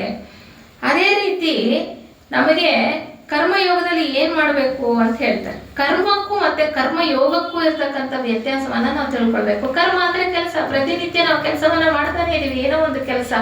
ಆದ್ರೆ ಕರ್ಮ ಯೋಗ ಅಂದ್ರೆ ಏನು ಅಂತಂದ್ರೆ, ಈ ಕರ್ಮ ನಾವು ಏನ್ ಕೆಲಸ ಮಾಡ್ತೀವಲ್ಲ ಅದರ ಒಳಗಡೆ ನಾವು ಬಂಧನಕ್ಕೆ ಸಿಕ್ಕೊಳ್ಳದೆ ಕೆಲಸ ಮಾಡ್ತಕ್ಕಂಥದ್ದೇ ಕರ್ಮಯೋಗ. ಅಂದ್ರೆ ಕರ್ಮದಿಂದ ಬಂಧಿತರಾಗದೆ ನಾವು ಕೆಲಸ ಮಾಡ್ತೀವಲ್ಲ ಅದು ಕರ್ಮಯೋಗ ಅಂತ ನಮಗೆ ಭಗವದ್ಗೀತೆಯಲ್ಲಿ ಹೇಳ್ತಕ್ಕಂಥದ್ದು. ಅದಕ್ಕೆ ಶ್ರೀಕೃಷ್ಣ ಹೇಳ್ತಾನೆ, ಯೋಗ ಕರ್ಮಸು ಕೌಶಲಂ. ನಾವೀಗಾಗಲೇ ಬೆಳಿಗ್ಗೆನೂ ತಿಳ್ಕೊಳ್ತಾ ಇದ್ವಿ, ಮನುಷ್ಯ ಕೆಲಸ ಮಾಡ್ತೇವೆ ಸುಮ್ಮನೆ ಇರಕ್ ಸಾಧ್ಯನಾ? ಇಲ್ಲ, ಕೆಲಸ ಮಾಡ್ತಾನೆ ಇರ್ತಾನೆ. ಅಂತಹ ಭಗವಂತನೇ ಕೆಲಸ ಮಾಡದೇ ಇದ್ರೆ ಈ ವಿಶ್ವನೇ ನಡೆಯೋದಿಲ್ಲ ಅಲ್ವಾ. ಅಂಥದ್ದು ನಾವು ಕೂಡ ಕೆಲಸ ಯಾವಾಗಲೂ ತೊಡ್ಕೊಂಡಿರ್ತೀವಿ. ಆದರೆ ಯಾವ ರೀತಿ ಕೆಲಸ ಮಾಡಬೇಕು? ಕರ್ಮ ಯೋಗದ ದೃಷ್ಟಿಯಲ್ಲಿ ಕೆಲಸ ಮಾಡಬೇಕು.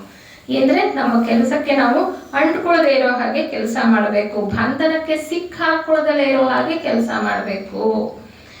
ಯಾವಾಗ ನಾವು ಬಂಧನಕ್ಕೆ ಸಿಕ್ಕಾಕೊಳ್ತೀವಿ ಅಂದ್ರೆ, ನಾವು ಮಾಡ್ತಕ್ಕಂಥ ಕೆಲಸದಲ್ಲಿ ಏನಾದರೂ ಒಂದು ಅಪೇಕ್ಷೆ ಇದ್ರೆ, ಫಲಾಪೇಕ್ಷೆ ಇದ್ರೆ, ಯಾವುದಾದ್ರೂ ನಮ್ಗೊಂದನ್ನ ಗಳಿಸ್ಕೊಳ್ಬೇಕು ಅನ್ನುವಂತಹ ಆಸೆ ಇದ್ರೆ, ಆವಾಗ ಮಾತ್ರ ನಾವು ಈ ಕರ್ಮ ಬಂಧನದಲ್ಲಿ ಸಿಕ್ಕಾಕೊಳ್ಳುವಂಥದ್ದು. ಅದಕ್ಕೆ ಶ್ರೀಕೃಷ್ಣ ಹೇಳೋದು ಯೋಗ ಕರ್ಮಸು ಕೌಶಲಂ. ಯೋಗ ಅಂದ್ರೆ ಜೀವಾತ್ಮ ಭಗವಂತನಲ್ಲಿ ಸೇರ್ತಕ್ಕಂಥದ್ದು, ಪರಮಾತ್ಮನಲ್ಲಿ ಒಂದಾಗ್ತಕ್ಕಂಥದ್ದು.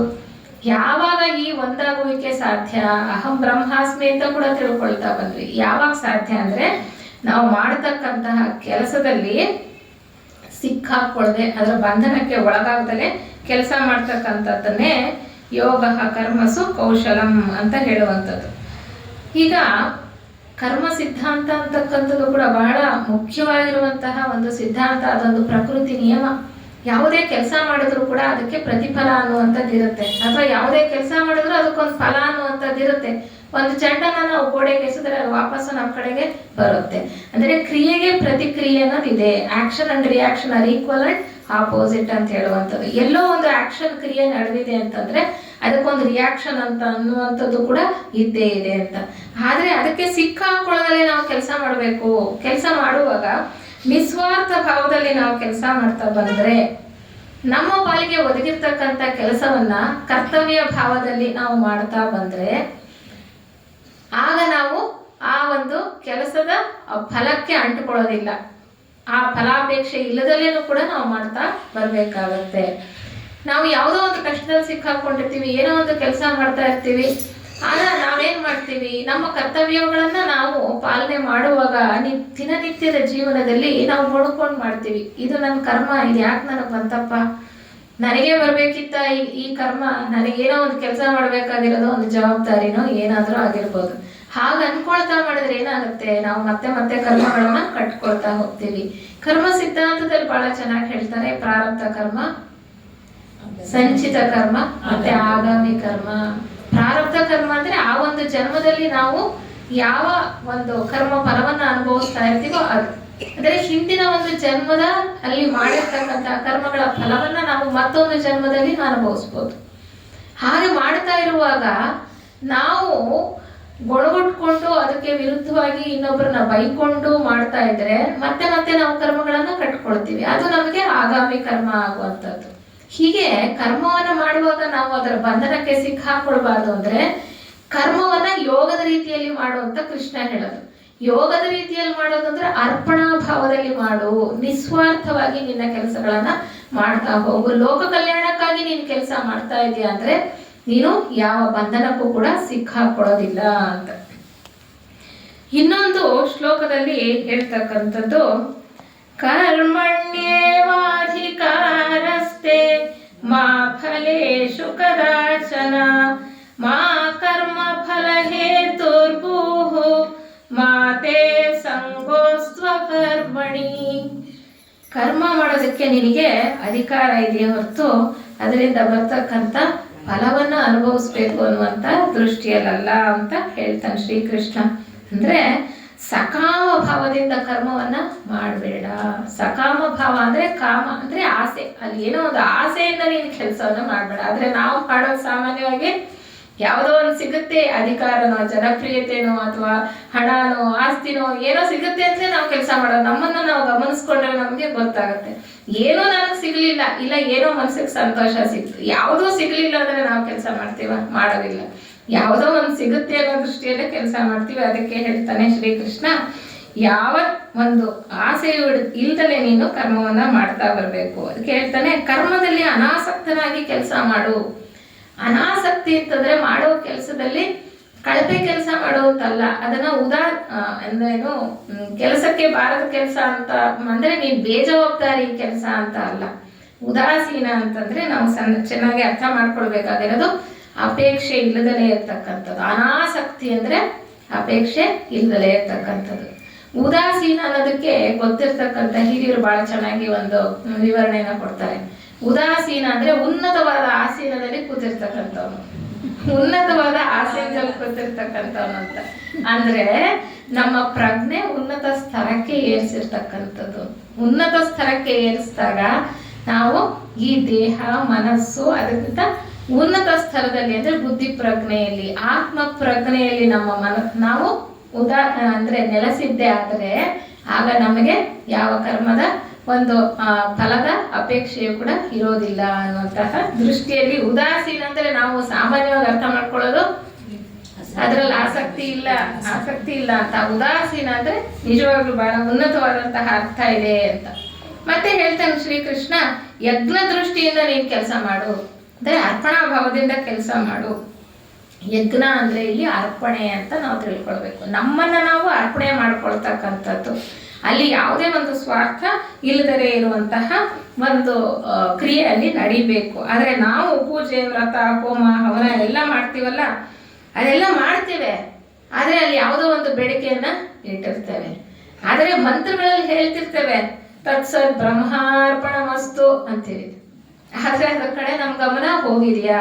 ಇದು ನನಗೋಸ್ಕರ ನಾನು ಮಾಡ್ಕೊಳ್ತಾ ಇಲ್ಲ, ಎಲ್ಲನೂ ನಿನಗೆ ಅರ್ಪಣೆ ಅನ್ನುವಂತಹ ಭಾವದಲ್ಲಿ ನಾವು ಮಾಡ್ತಾ ಹೋದ್ರೆ, ಕರ್ಮವನ್ನು ಒಂದು ಯಜ್ಞದ ರೀತಿಯಲ್ಲಿ ನಾವು ಮಾಡ್ತಾ ಹೋದ್ರೆ, ಅರ್ಪಣಾ ಭಾವದಲ್ಲಿ ಮಾಡ್ತಾ ಹೋದ್ರೆ, ನನ್ನ ಕೆಲಸ ಕಾರ್ಯಗಳು ನಾನು ಏನು ಮಾಡಿದ್ರು ನಿನಗೆ ಅರ್ಪಣೆ ಅಂದ್ರೆ, ನಿನಗೆ ಅರ್ಪಣೆ ಅಂದ್ರೆ ಎಲ್ಲೆಲ್ಲೋ ಆತನೇ ಇದ್ದಾನೆ ಅಂದ್ರೆ ಲೋಕ ಕಲ್ಯಾಣಕ್ಕೋಸ್ಕರ ನಾನು ಅರ್ಪಣೆ ಮಾಡ್ತಾ ಇದ್ದೇನೆ ಅಂತ ನಾವು ಕೆಲಸ ಮಾಡಬೇಕು. ವ್ಯಾಮೋಹ ಬೇಡ ಅಂತ ಹೇಳುವಂಥದ್ದು.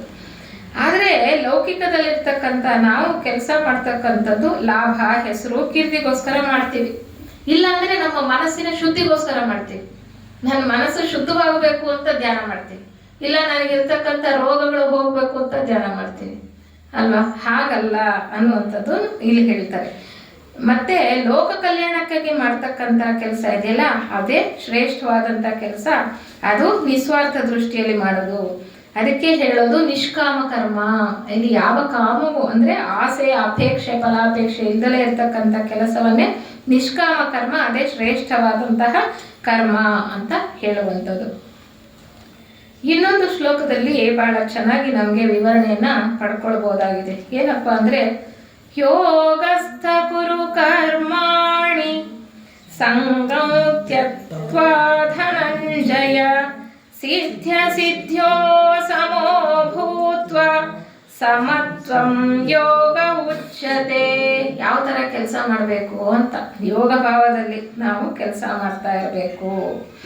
ಸಿದ್ಧ್ಯ ಸಿದ್ಧ್ಯವು ಸಮೋ ಭೂತ್ವ, ಫಲಾಫಲಗಳನ್ನ ಸಮಭಾವದಿಂದ ನಾವು ಸ್ವೀಕಾರ ಮಾಡತಕ್ಕಂಥ ಮನಸ್ಥಿತಿಯನ್ನ ನಾವು ಇಟ್ಕೊಂಡ್ರೆ ಎಲ್ಲವೂ ಒಂದೇ. ಈ ಪ್ರಪಂಚ ಪರಮಾತ್ಮನ ಅಭಿವ್ಯಕ್ತತೆ. ಆತ ಎಲ್ಲೋ ಬೇರೆ ಕೂತ್ಕೊಂಡು ಸೃಷ್ಟಿ ಮಾಡಿರೋದಲ್ಲ, ಆತನ ಅಭಿವ್ಯಕ್ತತೆಯೇ ಎಲ್ಲವೂ ಕೂಡ. ಅದನ್ನ ನಾವು ಚೆನ್ನಾಗಿ ತಿಳ್ಕೊಂಡ್ರೆ, ಆ ಸಮತ್ವವನ್ನು ನಾವು ಗಳಿಸ್ಕೊಂಡಿದ್ದೆ ಆದರೆ ಅದು ಯೋಗವಾಗತ್ತೆ ಅಂತ ಹೇಳ್ತಾರೆ. ನಾವು ಫಲಾಫಲಗಳಿಗೆ ಅಂಟುಕೊಳ್ಳದಲೆ ಯಾವುದೇ ಬಂದ್ರು, ಕಷ್ಟ ಬಂದ್ರು, ಸುಖ ಬಂದ್ರು, ಏನೇ ಬಂದ್ರು ನಾವು ಹೇಗೆ ಅನುಭವಿಸ್ಬೇಕು ಅಂತಂದ್ರೆ ಅದಕ್ಕೆ ಯಾವುದೇ ವಿರೋಧವನ್ನು ತೋರಿಸ್ತಲೇ ಅನುಭವಿಸ್ತಾ ಹೋಗ್ತಕ್ಕಂಥದ್ದು, ಎಲ್ಲವೂ ಒಂದೇ ಅನ್ನುವಂತಹ ಭಾವದಲ್ಲಿ ನಾವು ನಡೀತಾ ಹೋಗ್ತಕ್ಕಂಥದ್ದೇ ನಮ್ಮನ್ನ ಆ ಯೋಗ ಅಂದ್ರೆ ಪರಮಾತ್ಮನಿಗೆ ಒಂದು ಮಾಡತಕ್ಕಂಥ ಶಕ್ತಿ ಇದೆ ಅಂತ. ಬಹಳ ಸೂಕ್ಷ್ಮವಾಗಿ ಬಹಳ ಕೆಲವು ವಿಚಾರಗಳನ್ನ ಮಾತ್ರ ಹೇಳ್ತಕ್ಕಂಥ ಪ್ರಯತ್ನ. ನಾನೇನು ಭಗವದ್ಗೀತೆಯಲ್ಲಿ ಪಾಂಡಿತ್ಯವನ್ನ ಖಂಡಿತವಾಗ್ಲೂ ಪಡ್ಕೊಂಡಿಲ್ಲ. ಮೊದಲೇ ಹೇಳಿದೆ, ನನಗೆ ನಿರ್ದೇಶಕರು ಸೂಚಿಸಿರ್ತಕ್ಕಂತಹ ವಿಚಾರ ಇದು. ನನ್ನ ಕೈಲಾದಷ್ಟು ಶ್ರದ್ಧಾಪೂರ್ವಕವಾಗಿ ನನ್ನ ಜವಾಬ್ದಾರಿಯನ್ನ ನಿರ್ವಹಿಸ್ತಕ್ಕಂಥ ಕೆಲಸ ಅಷ್ಟೇ ನಾನು ಮಾಡ್ತಾ ಇದ್ದೀನಿ ಅನ್ನುವಂತಹ ಭಾವದಲ್ಲಿ ನಾನು ಈ ಮಾತನಾಡ್ತಾ ಇರ್ತಕ್ಕಂಥದ್ದು. ಮುಂದೆ ನಮಗೆ ಧ್ಯಾನ ಯೋಗದ ಬಗ್ಗೆ ಹೇಳ್ತಾರೆ. ಧ್ಯಾನ ಯೋಗ ಅಂತಂದ್ರೆ ಮನಸ್ಸನ್ನ ಭಗವಂತನಲ್ಲಿ ಏಕಾಗ್ರ ಮಾಡಿ ಆತನಲ್ಲೇ ಲೀನ ಮಾಡ್ತಕ್ಕಂಥದ್ದು. ಮನಸ್ಸು ಇಂದ್ರಿಯಗಳನ್ನ ಗೆಲ್ತಕ್ಕಂಥದ್ದು ಬಹಳ ಮುಖ್ಯ. ಈ ಕೆಳಮಟ್ಟದಲ್ಲಿ ಕೆಲಸ ಮಾಡ್ತಾ ಇರ್ತಕ್ಕಂಥ ನಮ್ಮ ಪ್ರಜ್ಞೆ ಉನ್ನತ ಸ್ತರಗಳಿಗೆ ಏರ್ಬೇಕು ಅಂತಂದ್ರೆ ನಮ್ಮ ಮನಸ್ಸನ್ನ ನಾವು ನಿಗ್ರಹ ಮಾಡ್ಕೊಳ್ಳೋದು ಬಹಳ ಮುಖ್ಯ. ಮನಸ್ಸನ್ನ ನಿಗ್ರಹಿಸೋದು ಅಷ್ಟು ಮುಖ್ಯ ಅಲ್ಲ. ಅದಕ್ಕೆ ಮನಸ್ಸನ್ನ ಯಾವುದಾದ್ರೂ ಒಂದು ವಿಚಾರದಲ್ಲಿ ಮುಖ್ಯವಾಗಿ ಆ ಪರಮಾತ್ಮನಲ್ಲಿ ನಾವು ಏಕಾಗ್ರಗೊಳಿಸಿದ್ದೇ ಆದ್ರೆ ಆತನನ್ನ ಸಾಕ್ಷಾತ್ಕರಿಸ್ಕೊಳ್ಳೋದಕ್ಕೆ ಸಾಧ್ಯ. ಯೋಗ ವಿಜ್ಞಾನದಲ್ಲೂ ಕೂಡ ಈ ಪತಂಜಲಿಯವರ ಯೋಗ ಸೂತ್ರಗಳಲ್ಲಿ ಅವರು ಹೇಳಿರ್ತಕ್ಕಂಥದ್ದು ಏನು?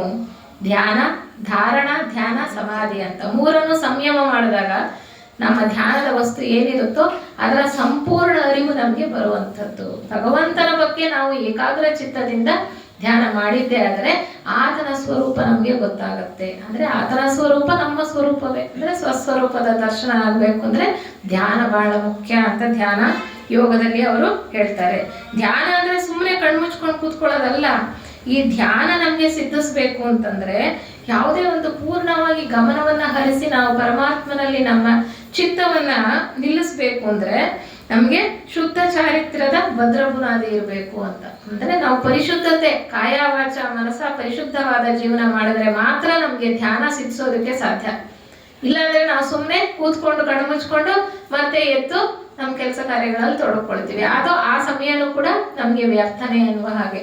ಅದಕ್ಕೆ ಪತಂಜಲಿ ಅವರು ಹೇಳೋದು, ಅಷ್ಟಾಂಗ ಯೋಗದಲ್ಲಿ ಯಮ ನಿಯಮಗಳನ್ನ ಮೊದಲು ಸೂಚಿಸಿದ್ದಾರೆ. ಯಮ ನಿಯಮಗಳು ಅಂತಂದ್ರೆ ನಮ್ಮ ಜೀವನವನ್ನ ಪರಿಶುದ್ಧವಾಗಿ ಇಟ್ಕೊಳ್ತಕ್ಕಂಥದ್ದು, ಸತ್ಯ, ಅಹಿಂಸೆ, ಹೀಗೆ ಆಸ್ತೇಯ, ಅಪರಿಗ್ರಹ, ಹೀಗೆ ಎಲ್ಲ ವಿಚಾರಗಳನ್ನ ಹೇಳ್ತಾ ಹೋಗ್ತಾರೆ. ಶೌಚ, ಸಂತೋಷ, ತಪಸ್ಸು ಎಲ್ಲವನ್ನು ಕೂಡ ನಾವು ಪಾಲಿಸ್ತಾ ಹೋದ್ರೆ ಮಾತ್ರ ನಾವು ಮನಸ್ಸು, ದೇಹ, ಬುದ್ಧಿ, ಇಂದ್ರಿಯಗಳನ್ನ ನಿಗ್ರಹಿಸೋದಕ್ಕೆ ಸಾಧ್ಯ. ಸುಮ್ಮನೆ ಒಂದೇ ಸಾರಿ ನಾವು ಹೋಗಿ ಧ್ಯಾನ ಮಾಡ್ತೀವಿ, ಕೂತ್ಕೊಳ್ತೀವಿ, ಭಗವಂತನ ಮೇಲೆ ನಾನು ನನ್ನ ಮನಸ್ಸನ್ನ ಕೇಂದ್ರೀಕರಿಸ್ತೀನಿ ಅಂದ್ರೆ ಸಾಧ್ಯ ಇಲ್ಲ. ಇಲ್ಲ ಅಂದ್ರೆ ನಮ್ಮ ಮನಸ್ಸು ಎಲ್ಲೆಲ್ಲೋ ಹರಿದು ಹೋಗುತ್ತೆ ಅಂತ ಈ ಒಂದು ಧ್ಯಾನ ಯೋಗದ ಬಗ್ಗೆ ನಮಗೆ ಭಗವದ್ಗೀತೆಯಲ್ಲಿ ಸಿಗ್ತಕ್ಕಂತಹ ಒಂದು ವಿಚಾರ. ಈ ಧ್ಯಾನಕ್ಕೆ ಸಾಕಷ್ಟು ಪೂರ್ವ ಸಿದ್ಧತೆಗಳನ್ನ ಕೂಡ ನಮ್ಗೆ ತಿಳಿಸ್ತಾರೆ. ನಮ್ಮ ಆಹಾರ ಹೇಗಿರ್ಬೇಕು, ವಿಹಾರ ಹೇಗಿರ್ಬೇಕು, ನಮ್ಮ ಆಲೋಚನೆಗಳು ಹೇಗಿರ್ಬೇಕು ಅಂತ ಹೇಳ್ತಾ ಬಹಳ ಸುಂದರವಾಗಿರ್ತಕ್ಕಂತಹ ಒಂದು ಶ್ಲೋಕ. ಯುಕ್ತಾಹಾರ ವಿಹಾರಸ್ಯ ಯುಕ್ತ ಚೇಷ್ಟಸ್ಯ ಕರ್ಮಸು ಯುಕ್ತ ಸ್ವಪ್ನಾವಬೋಧಸ್ಯ ಯೋಗೋ ಭವತಿ ದುಃಖಃ ಅಂತ ಹೇಳ್ತಕ್ಕಂಥ. ಅಂದ್ರೆ ಆಹಾರ ವಿಹಾರಗಳಲ್ಲಿ, ನಮ್ಮ ಕೆಲಸ ಕಾರ್ಯಗಳಲ್ಲಿ, ನಿದ್ರೆ, ಎಚ್ಚರ ಎಲ್ಲದರಲ್ಲೂ ಕೂಡ ನಾವು ಹಿತಮಿತವನ್ನ ಸಾಧಿಸಬೇಕು.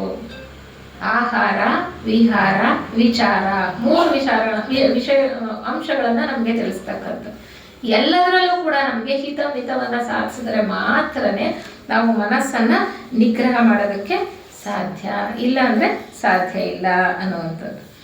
ಇದು ಬಹಳ, ನಮ್ಮ ಮನಸ್ಸು ಬಹಳ ಚಂಚಲ ಅಲ್ವಾ, ನಮ್ಗೆಲ್ರಿಗೂ ಗೊತ್ತಿರ್ತಕ್ಕಂಥದ್ದು. ಒಂದು ಕ್ಷಣ ಇದ್ದ ಹಾಗೆ ಇನ್ನೊಂದು ಕ್ಷಣ ಇರೋದಿಲ್ಲ. ಯಾವಾಗ್ಲೂ ಕೂಡ ನಮ್ಗೆ ದುಃಖವನ್ನ ಕೊಡ್ತಾ ಇರ್ತಕ್ಕಂಥದ್ದು.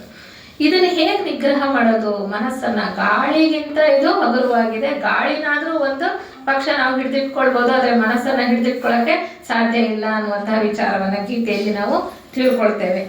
ಅದಕ್ಕೆ ಕೃಷ್ಣ ಹೇಳ್ತಕ್ಕಂಥ ಉಪಾಯ ಏನು? ಅಭ್ಯಾಸ ಮತ್ತೆ ವೈರಾಗ್ಯ. ಅಭ್ಯಾಸ ಮಾಡ್ತಾ ಹೋಗ್ಬೇಕು. ಮತ್ತೆ ನಾವು ಸಾಕಷ್ಟು ಮಟ್ಟಿಗೆ ಈ ಲೌಕಿಕ ಪ್ರಪಂಚದಿಂದ ಸ್ವಲ್ಪ ಹಿಂದೆ ಸರಿಬೇಕು. ಅಂದ್ರೆ ನಮ್ಮ ಪ್ರಜ್ಞೆಯನ್ನ ಅಂತರ್ಮುಖ ಮಾಡ್ಕೊಳ್ಬೇಕು. ಹೊರಗಡೆ ಇರ್ತಕ್ಕಂಥ ಪ್ರಜ್ಞೆಯನ್ನ ಅಂತರ್ಮುಖ ಮಾಡ್ಕೊಳ್ಬೇಕು. ವೈರಾಗ್ಯವನ್ನ ಸಾಧಿಸ್ಬೇಕು. ನಮ್ಮ ಹಿಂದಿನ ಉಪನ್ಯಾಸಕರು ಕೂಡ ಹೇಳ್ತಾ ಇದ್ರು. ಏನ್ ಹೇಳಿದ್ರು?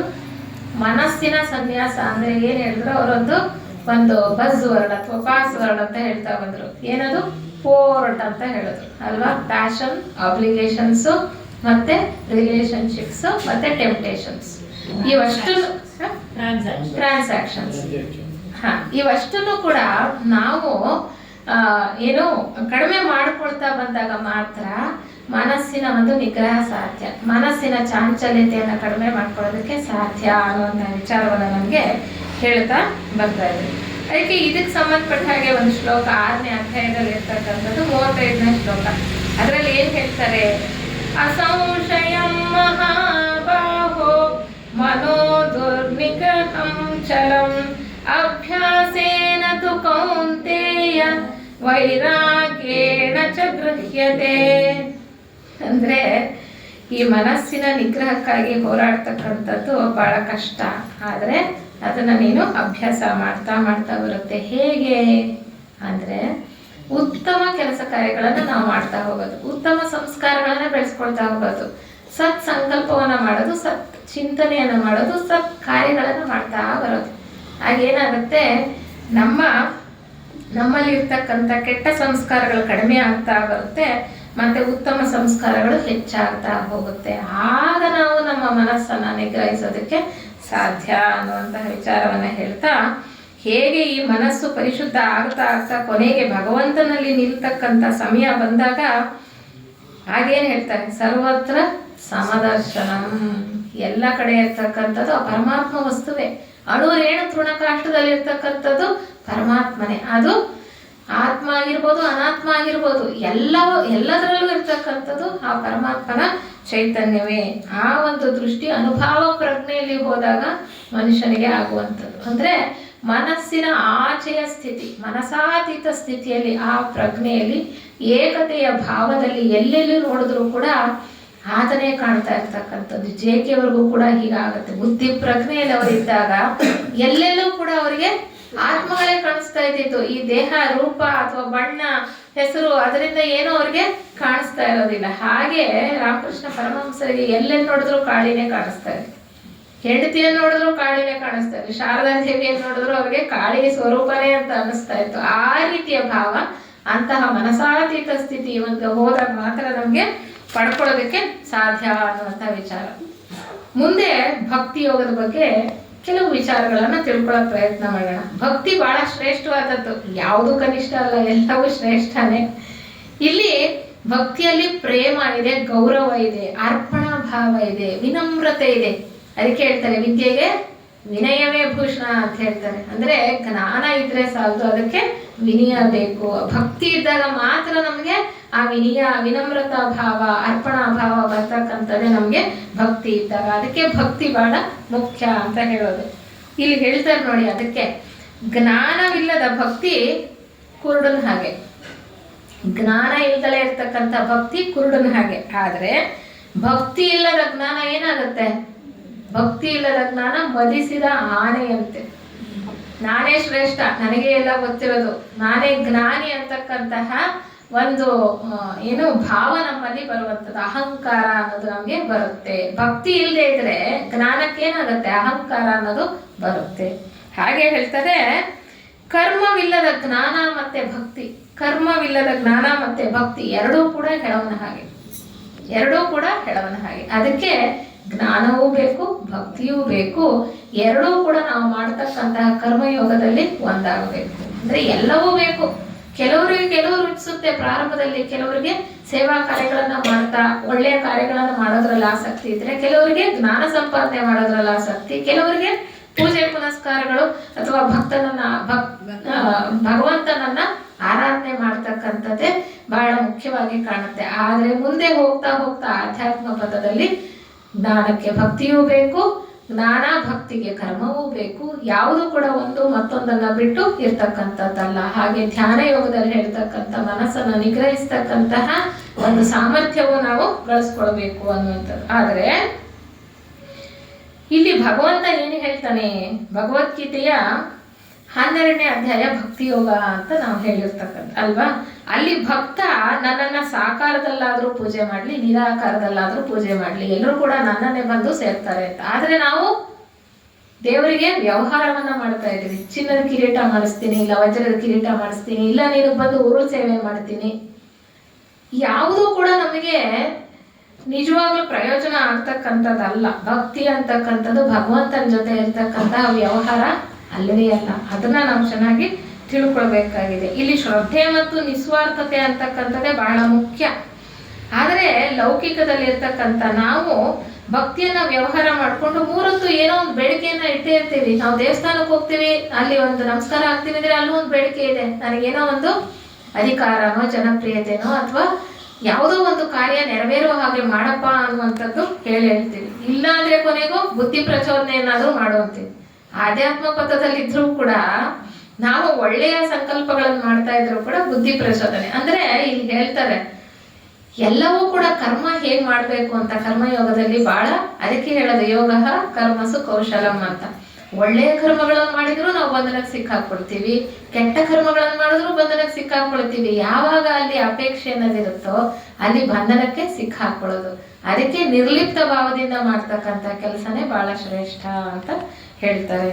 ಇಲ್ಲಿ ಭಗವಂತ ಹೇಳ್ತಾನೆ, ನೀನು ನನಗೆ ಯಾವುದನ್ನು ಕೊಡ್ಬೇಕಾಗಿಲ್ಲ, ನಾನು ಯಾವುದನ್ನು ನಿನ್ನ ಹತ್ರ ಬಯಸೋದಿಲ್ಲ ಅಂತ ಬಹಳ ಚೆನ್ನಾಗಿ ಹೇಳ್ತಾರೆ ನೋಡಿ. ನಾವ್ ಇದನ್ನೆಲ್ಲ ಪಠನೆ ಮಾಡ್ತೀವಿ, ಆದ್ರೂ ಕೂಡ ನಾವೇನಾದ್ರೂ ವ್ರತಗಳನ್ನ, ಪೂಜೆಗಳನ್ನ, ಪುನಸ್ಕಾರಗಳನ್ನ ಮಾಡೋದನ್ನ ಕಡಿಮೆ ಮಾಡ್ಕೊಂಡಿದೀವ ಅಥವಾ ಎಷ್ಟರ ಮಟ್ಟಿಗೆ ನಾವು ಅದರಲ್ಲಿ ಪರಿಶುದ್ಧತೆಯನ್ನ ಕಾಯ್ಕೊಳ್ತಾ ಇದೀವಿ? ಹೇಳ್ತೇನೆ ನೋಡಿ. ಅದು ಪತ್ರಂ ಪುಷ್ಪಂ ಫಲಂ ತೋಯಂ ಯೋ ಮೇ ಭಕ್ತ್ಯಾ ಪ್ರಯಚ್ಛತಿ ತದಹಂ ಭಕ್ತ್ಯುಪಹೃತಂ ಅಶ್ವಾಮಿ ಪ್ರಯತಾತ್ಮನಃ.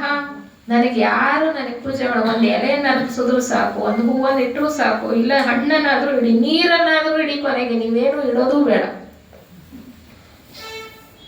ಶುದ್ಧ ಚಿತ್ತವುಳ್ಳವನಾಗಿದ್ರೆ ಸಾಕು ಅಂತ ಹೇಳ್ತಕ್ಕಂಥದ್ದು.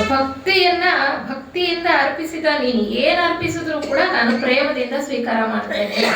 ಶಬರಿ ಏನ್ ಮಾಡ್ತಾಳೆ, ರಾಮನಿಗೆ ಆ ಬೋರೆ ಹಣ್ಣನ್ನು ಕೊಡ್ಬೇಕು ಅಂದ್ರೆ ಪ್ರತಿಯೊಂದನ್ನು ಕಚ್ಚಿ ನೋಡಿ ಕೊಡ್ತಾಳೆ. ಆದ್ರೆ ತಿಳುವಳಿಕೆ ಇಲ್ದಂತವರು ಎಂಜಲ್ ಮಾಡಿದ್ದನ್ನ ಕೊಡ್ತಾ ಇದ್ದಾಳಲ್ಲ ಆಕೆ ರಾಮನಿಗೆ ಅಂತ ಅನ್ಕೊಳ್ತಕ್ಕಂಥದ್ದು. ಆದ್ರೆ ಅಲ್ಲಿ ಹಿಂದೆ ಕೆಲಸ ಮಾಡಿದ್ದು ಭಕ್ತಿ ಭಾವ, ಒಳ್ಳೆಯದನ್ನ ಚೆನ್ನಾಗಿರೋದನ್ನ ಭಗವಂತನಿಗೆ ಅರ್ಪಣೆ ಮಾಡಬೇಕು ಅನ್ನುವಂತಹ ಉದಾತ್ತವಾದಂತಹ ಒಂದು ಉದ್ದೇಶ ಶಬರಿಗೆ ಇದ್ದಂಥದ್ದು. ನಮ್ಮಲ್ಲಿ ನಾವು ನೋಡಿದ್ದೇ ಆದ್ರೆ ಭಕ್ತಿ ಮಾರ್ಗವನ್ನ ಬಹಳ ಜನ ಅನುಸರಿಸ್ತಾರೆ. ಅದು ಬಹಳ ಸುಲಭ ಅಂತಕ್ಕಂಥದ್ದು ಭಕ್ತಿ ಮಾರ್ಗವನ್ನ. ಇದು ಸಹಜವಾಗಿ ಮನುಷ್ಯರಲ್ಲಿ ಭಕ್ತಿ ಅಂತಕ್ಕಂಥದ್ದು ಇದೆ. ಈ ಭಕ್ತಿ ಮಾರ್ಗದಲ್ಲಿರ್ತಕ್ಕಂಥ ಜನರನ್ನ 4 ವಿಧವಾಗಿ ನಾವು ವಿಂಗಡಣೆ ಮಾಡ್ಬೋದಂತೆ. ಯಾವ್ದಪ್ಪ ಇದು 4 ವಿಧ ಅಂದ್ರೆ ಆರ್ತ, ಜಿಜ್ಞಾಸು, ಅರ್ಥಾರ್ಥಿ ಮತ್ತೆ ಜ್ಞಾನಿ ಅಂತ ಕೃಷ್ಣ ಹೇಳ್ತಾನೆ. ಆರ್ತ ಅಂದ್ರೆ ಏನು ಸಂಕಟ ಬಂದಾಗ ವೆಂಕಟರಮಣ ಅಂತ. ಯಾವಾಗ ಕಷ್ಟದಲ್ಲಿ ಇರ್ತೀವೋ ಆವಾಗ ಭಗವಂತನನ್ನ ನೆನ್ಸ್ಕೊಳ್ಳೋದು, ಆ ಕಡೆ ಮುಖ ಮಾಡ್ತಕ್ಕಂಥದ್ದು. ಅರ್ಥಾರ್ಥಿ ಅಂದ್ರೆ ನಮ್ಗೇನೋ ಬೇಕಾಗಿದೆ, ಧನಾಕಾಂಕ್ಷಿ. ನಾವೇನೋ ಆಸ್ತಿನೋ ಅಂತಸ್ತೋ ಹಣನೋ ಇಲ್ಲ ನಮ್ಮ ಮಕ್ಕಳಿಗೆ ಮದುವೆ ಆಗೋದು ಇಲ್ಲ ಅವ್ರಿಗೇನೋ ಒಂದು ಒಳ್ಳೆ ಕೆಲಸ ಸಿಗೋದೋ ಯಾವುದೋ ಬೇಕಾಗಿರುತ್ತೆ, ಅದು ಧನಾಕಾಂಕ್ಷಿ ಅಂತ ಹೇಳೋದು. ಜಿಜ್ಞಾಸು ಅಂತ ಹೇಳಿದ್ರೆ ಇಲ್ಲಿ ವಿಚಾರ ಪ್ರಧಾನ. ಆತನಿಗೆ ಸಂಕಟ ಇಲ್ಲ, ಆತ ಕಷ್ಟದಲ್ಲಿ ಏನಿಲ್ಲ, ಆತನಿಗೆ ಯಾವುದೇ ಆಕಾಂಕ್ಷೆ, ಧನದ ಆಕಾಂಕ್ಷೆನೂ ಕೂಡ ಇಲ್ಲ. ಆದರೆ ಮನಸ್ಸಿನಲ್ಲಿ ಎದ್ದಿರ್ತಕ್ಕಂಥ ಸಂದೇಹಗಳನ್ನ ಪರಿಹಾರ ಮಾಡ್ಕೊಡ್ತಕ್ಕಂಥದ್ದು ಜಿಜ್ಞಾಸು. ಬ್ರಹ್ಮ ಜ್ಞಾನಕ್ಕೋಸ್ಕರ ಆತ ಜಿಜ್ಞಾಸೆಯನ್ನ ಪಡ್ಕೊಂಡಿರ್ತಕ್ಕಂಥ ಅವನು ಇವೆರಡೂ ಕೆಟಗರಿಗಿಂತ ಶ್ರೇಷ್ಠ. ಆದ್ರೆ ಎಲ್ಲಕ್ಕಿಂತ ಶ್ರೇಷ್ಠ ಯಾರು ಅಂದ್ರೆ ಜ್ಞಾನಿ ಅಂತ ಹೇಳ್ತಾರೆ. ಅಂದ್ರೆ ಭಕ್ತಿಗೆ ಜ್ಞಾನ ಎಷ್ಟು ಮುಖ್ಯ ಅಂತ ಇಲ್ಲಿ ನಾವು ತಿಳ್ಕೊಳ್ಬಹುದು. ಜ್ಞಾನಿ ಅಂದ್ರೆ ಆತ ದೇವರ ಮೇಲಿನ ಪ್ರೇಮಕ್ಕಾಗಿ ಅವನ ಕಡೆಗೆ ತಿರುಗ್ತಕ್ಕಂಥವನು, ಬರುವಂತವನು. ದೇವರ ಒಬ್ಬನೇ ಸತ್ಯ ಅಂದ್ರೆ ಆ ಸತ್ಯ ವಸ್ತು, ಸತ್ಯ ನಿತ್ಯ ವಸ್ತು, ಶಾಶ್ವತ ವಸ್ತು ಅಂತಕ್ಕಂಥದ್ದು ಒಂದೇ, ಅಲ್ಲಿ ಬೇರೆ ಇಲ್ಲ, ಎಲ್ಲವೂ ಒಂದೇ. ಆತನನ್ನ ಹೋಗಿ ಅಂಶವಾದಂತಹ ನಾನು ಆತನನ್ನ ಹೋಗಿ ಸೇರೋದೇ ನನ್ನ ಉದ್ದೇಶ ಅನ್ನುವಂತಹ ಭಾವದಲ್ಲಿ ಭಗವಂತನನ್ನ ಯಾರು ಆರಾಧನೆ ಮಾಡ್ತಾರೋ ಅವರ ಮೇಲೆ ಮಾತ್ರನೇ ನನಗೆ ಪ್ರೀತಿ ಅಂತ ಹೇಳ್ತಾನೆ. ಆತನನ್ನೇ ಹೋಗಿ ಸೇರೋದಕ್ಕೋಸ್ಕರ ಯಾರು ನನ್ನ ಕಡೆ ತಿರುಗುತ್ತಾರೋ ಅಂತವರೇ ನನಗೆ ಪ್ರೀತಿ. ಅಂತ ಆ ರೀತಿಯ ಭಾವ ಯಾರಿಗಿರುತ್ತೆ ಅಂದ್ರೆ ಯಾರಿಗೆ ಜ್ಞಾನ ಇರುತ್ತೋ, ವಿವೇಕ ಇರುತ್ತೋ ಅಂತವ್ರು ಮಾತ್ರನೇ ಆ ರೀತಿ ಭಗವಂತನನ್ನ ಸೇರ್ತಕ್ಕಂಥ ಪ್ರಯತ್ನದಲ್ಲಿ ಕೆಲಸ ಮಾಡುವಂಥದ್ದು. ಈ 12ನೇ ಅಧ್ಯಾಯದ ಭಕ್ತಿ ಯೋಗದಲ್ಲಿ ಶ್ರೀಕೃಷ್ಣನ ಸಂದೇಶ ಏನಪ್ಪಾ ಅಂದ್ರೆ, ಶ್ರೇಯೋ ಹಿ ಜ್ಞಾನಮಭ್ಯಾಸಾತ್ ಜ್ಞಾನಾಧ್ಯಾನಂ ವಿಶಿಷ್ಯತೆ ಧ್ಯಾನಾತ್ ಕರ್ಮ ಫಲ ತ್ಯಾಗಾತ್ ಶಾಂತಿರನಂತರಂ. ಅಭ್ಯಾಸಕ್ಕಿಂತ ಜ್ಞಾನ ಮೇಲು, ಜ್ಞಾನಕ್ಕಿಂತ ಧ್ಯಾನ ಮೇಲು, ಧ್ಯಾನಕ್ಕಿಂತ ಕರ್ಮಫಲ ತ್ಯಾಗ ಮೇಲು. ಅದಕ್ಕೆ ತ್ಯಾಗದಿಂದ ಕೂಡಿದಾಗಲೇ ನಮಗೆ ಶಾಂತಿ ಅಂತಕ್ಕಂಥದ್ದು ಸಿಗೋದು. ಯಾವಾಗ ನನಗೆ ಬೇಕು ಅಂತೀವೋ ಅಭದ್ರತೆನೂ ಕಾಡುತ್ತೆ, ನಮಗೆ ಶಾಂತಿ ಅನ್ನೋದು ಮನಸ್ಸಿಗೆ ಇರೋದಿಲ್ಲ. ಯಾವಾಗ ಕೊಡ್ತಾ ಹೋಗ್ತೀವೋ, ಯಾವಾಗ ನಾವು ತ್ಯಾಗ ಭಾವದಿಂದ ಕೆಲಸ ಮಾಡ್ತೀವೋ ಆಗ ಮಾತ್ರ ನಮಗೆ ಶಾಂತಿ ಅಂತಕ್ಕಂಥದ್ದು ಸಿಗುತ್ತೆ. ಭಕ್ತನ ಲಕ್ಷಣಗಳನ್ನು ಕೂಡ ಈ ಅಧ್ಯಾಯದಲ್ಲಿ ವಿಸ್ತಾರವಾಗಿ ಹೇಳಿರೋದು ನಮ್ಗೆಲ್ಲ ಚೆನ್ನಾಗಿ ಗೊತ್ತೇ ಇರುತ್ತೆ ಅಲ್ವಾ. ಭಕ್ತನ ಲಕ್ಷಣಗಳನ್ನು 13ನೇ ಶ್ಲೋಕದಿಂದ 19ನೇ ಶ್ಲೋಕದವರೆಗೆ ಹೇಳ್ತಾನೆ. ಅದ್ವೇಷ್ಟ ಸರ್ವಭೂತಾನಾಂ ಮೈತ್ರ ಕರ್ಣ ಏವಚ ನಿರ್ಮಮೋ ನಿರಹಂಕಾರ ಸಮದುಃಖ ಸುಖಕ್ಷಮಿ ಅಂತ. ಹಾಗೆ ಅನೇಕ ಶ್ಲೋಕಗಳಲ್ಲಿ ನಮಗೆ ಭಕ್ತನ ಲಕ್ಷಣಗಳನ್ನ ಹೇಳ್ತಾ ಹೋಗ್ತಾರೆ. ಸ್ಥಿತಪ್ರಜ್ಞನ ಲಕ್ಷಣಗಳನ್ನ 2ನೆಯ ಒಂದು ಸಾಂಖ್ಯ ಯೋಗದಲ್ಲಿ ಕೆಲವು ಹೇಳ್ತಾ ಹೋಗ್ತಾರೆ. ಅಂದ್ರೆ ನಾವು ಯಾವ ರೀತಿ ಕೆಲಸ ಮಾಡಬೇಕು, ನಾವು ಲೌಕಿಕದಲ್ಲಿ ಇದ್ದೇವೆ, ಈ ಒಂದು ಪ್ರಪಂಚದಲ್ಲಿ ನಾವು ಕೆಲಸ ಕಾರ್ಯಗಳಲ್ಲಿ ತೊಡಕೊಂಡಿದ್ದೇವೆ, ಯಾವ ರೀತಿ ಮಾಡಬೇಕು ಅಂತಂದ್ರೆ ಮನಸ್ಸಿನಲ್ಲಿ ಇರ್ತಕ್ಕಂಥ ಕಾಮನೆಗಳನ್ನೆಲ್ಲ ಬಿಟ್ಟು ನಾವು ಕೆಲಸ ಮಾಡಿದ್ದೇ ಆದ್ರೆ ನಮ್ಮ ಸ್ವಸ್ವರೂಪದಲ್ಲಿ ಅಥವಾ ನಮ್ಮ ಸ್ವಸ್ವರೂಪವನ್ನ ತಿಳ್ಕೊಳ್ಳೋದಕ್ಕೆ ಸಾಧ್ಯ ಆಗುತ್ತೆ. ಸ್ಥಿತಪ್ರಜ್ಞನ ಲಕ್ಷಣಗಳನ್ನ ಹೇಳ್ತಾನೆ, ದುಃಖದಲ್ಲಿ ಉದ್ವೇಗಗೊಳ್ಳದಲೇ ಇರ್ತಕ್ಕಂಥವನು, ಸುಖದಲ್ಲಿ ಆಸೆ ಇಲ್ದಲೇ ಇರ್ತಕ್ಕಂಥವನು, ರಾಗ ಭಯ ಕ್ರೋಧಗಳನ್ನ ಗೆದ್ದವನೇ ಸ್ಥಿತಪ್ರಜ್ಞ ಅಂತ. ನಿಜವಾಗ್ಲೂ ವಿಷಾದ ಯೋಗದಿಂದ ಪ್ರಾರಂಭ ಆದಂತಹ ಭಗವದ್ಗೀತೆಯಲ್ಲಿ ಶ್ರೀಕೃಷ್ಣನ ಸಂದೇಶ 18ನೇ ಅಧ್ಯಾಯವಾದ ಮೋಕ್ಷ ಸನ್ಯಾಸ ಯೋಗದಲ್ಲಿ ಕೊನೆಗೊಳ್ತಕ್ಕಂಥದ್ದು. ಸನ್ಯಾಸ ಅಂದ್ರೆ ಈಗಾಗಲೇ ತಿಳ್ಕೊಂಡ್ವಿ, ಸಕಾಮ ಭಾವ ಇಲ್ದಲೇ ಇರ್ತಕ್ಕಂಥದ್ದು, ಅದೇ ನಿಜವಾದ ಸನ್ಯಾಸ ಅಂತ ನಾವು ತಿಳ್ಕೊಳ್ಬೇಕಾಗಿದೆ. ಹೀಗೆ ನಾವು ಯಾವ ರೀತಿಯಲ್ಲಿ ಕೆಲಸ ಮಾಡಬೇಕು ಅಂದ್ರೆ ನಮ್ಮ ತಂದೆಯವರು ಯಾವಾಗಲೂ ಹೇಳ್ತಾ ಇದ್ರು, ಭಗವದ್ಗೀತೆಯ ಸಾರ ಎಲ್ಲ ಒಂದೇ ವಾಕ್ಯದಲ್ಲಿ ಹೇಳಬೇಕು ಅಂದರೆ ನಿಮಿತ್ತ ಮಾತ್ರ ನಿರ್ಲಿಪ್ತ ಜೀವನಂ. ನಾನು ನಿಮಿತ್ತ ಮಾತ್ರನಾಗಿ ಇಲ್ಲಿದ್ದೇನೆ, ಕೆಲಸ ಮಾಡ್ತಾ ಇದ್ದೇನೆ, ನಿರ್ಲಿಪ್ತನಾಗಿ ಜೀವನ ಮಾಡ್ತಾ ಇದ್ದೇನೆ. ಅಂದರೆ ಯಾವುದಕ್ಕೂ ಅಂಟ್ಕೊಳ್ಳದಲೆ, ಯಾವುದೇ ಆಸೆ ಆಕಾಂಕ್ಷೆಗಳಿಲ್ಲದೆ, ಫಲಾಪೇಕ್ಷೆ ಇಲ್ಲದಲೆ, ಬರೀ ಅರ್ಪಣಾ ಭಾವದಲ್ಲಿ, ಸೇವಾ ಭಾವದಲ್ಲಿ, ಲೋಕ ಕಲ್ಯಾಣಕ್ಕೋಸ್ಕರ ಯಾರು ಕೆಲಸ ಮಾಡ್ತಾ ಇರ್ತಾನೋ ಅವನೇ ನಿಜವಾದ ನಿರ್ಲಿಪ್ತ ಭಾವದಲ್ಲಿ ಮಾಡ್ತಾ ಇರ್ತಾನೆ. ನಿಮಿತ್ತ ಮಾತ್ರ ನಿರ್ಲಿಪ್ತ ಜೀವನಂ ಅನ್ನುವಂತಹ ಒಂದು ಗೀತೆಯ ಸಂದೇಶವನ್ನು ನಾವು ಮನಸ್ಸಿನಲ್ಲಿಟ್ಕೊಳ್ತಾ ನಾವು ಈ ಗೀತಾ ಸಾರವನ್ನು ಗ್ರಹಿಸ್ಕೊಳ್ಳೋದಕ್ಕೆ ಸಾಧ್ಯ ಆಗತ್ತೆ ಅನ್ನುವಂಥದ್ದು. ಕೊನೆಯಲ್ಲಿ ಅದೇ ಈಗ ಮಂಕುತಿಮ್ಮನ ಕಗ್ಗದಲ್ಲಿ ಬರ್ತಕ್ಕಂಥದ್ದನ್ನು ಹೇಳಿದ್ರು. ನಿಮಿತ್ತ ಮಾತ್ರ ನಿರ್ಲಿಪ್ತ ಜೀವನಂ ಅಂದರೆ ಹೇಳಿದ್ರಲ್ಲ ಈಗಾಗಲೇ, ಹೊರಗೆ ಲೋಕಾಸಕ್ತಿ, ಒಳಗೆ ಸಕಲ ವಿರಕ್ತಿ, ಹೊರಗೆ ವಿಷಯ ಧ್ಯಾನ, ಒಳಗದರ ಉದಾಸೀನ ಅಂತ. ಅದೇ ರೀತಿ 2 ಕೋಣೆಗಳ ಮಾಡು ನೀ ಮನೆಯಾಲಯದಿ, ಹೊರಗೆ ನೀ ಲೋಗರಾಟಗಳ ನಾಡು, ವಿರಮಿಸೊಬ್ಬನೇ ಒಳಮನೆಯ ಶಾಂತಿಯಲ್ಲಿ, ವರಯೋಗ ಸೂತ್ರವಿದು ಮಂಕುತಿಮ್ಮ. ಏಕೆಂದ್ರೆ ಕಗ್ಗ ಆಧುನಿಕ ಭಗವದ್ಗೀತೆ ಅಂತಾನೆ ಹೇಳಿರ್ತಕ್ಕಂಥದ್ದು. ಮಂಕುತಿಮ್ಮನ ಕಗ್ಗವನ್ನ ಆಧುನಿಕ ಭಗವದ್ಗೀತೆ ಅಂತಾನೆ ಹೇಳಿರ್ತಕ್ಕಂಥದ್ದು. 2 ಏನು ಬಸವಣ್ಣನವರ ವಚನದಲ್ಲಿ ಹೇಳಿರ್ತಕ್ಕಂಥ ಸಂದೇಶವನ್ನ ಹೇಳಿ ನಾನು ಈ ಒಂದು ನನ್ನ ಮಾತುಗಳನ್ನ ಮುಗಿಸೋ ಪ್ರಯತ್ನ ಮಾಡ್ತೀನಿ. ಬಹಳ ಚೆನ್ನಾಗಿ ಹೇಳ್ತಾರೆ ಹೇಗಿರ್ಬೇಕು ನಮ್ಮ ಜೀವನ ಅಂದ್ರೆ, ಮಾಡುವಂತಿರಬೇಕು ಮಾಡದಂತಿರಬೇಕು, ಮಾಡುವಂತಿರಬೇಕು ಮಾಡದಂತಿರಬೇಕು, ಮಾಡುವ ಮಾಟದಲ್ಲಿ ತಾನಿಲ್ಲದಂತಿರಬೇಕು, ಮಾಡುವ ಮಾಟದಲ್ಲಿ ತಾನಿಲ್ಲದಂತಿರಬೇಕು, ಮಾಡುವಂತಿರಬೇಕು ಮಾಡದಂತಿರಬೇಕು. ಕೂಡಲ ಸಂಗಮ ದೇವರ ನೆನೆಯುತ್ತ, ಕೂಡಲ ಸಂಗಮ ದೇವರ ನೆನೆಯುತ್ತ, ನೆನೆಯುತ್ತ ನೆನೆಯುತ್ತ ನೆನೆಯದಂತಿರಬೇಕು, ಮಾಡುವಂತಿರಬೇಕು ಮಾಡದಂತಿರಬೇಕು.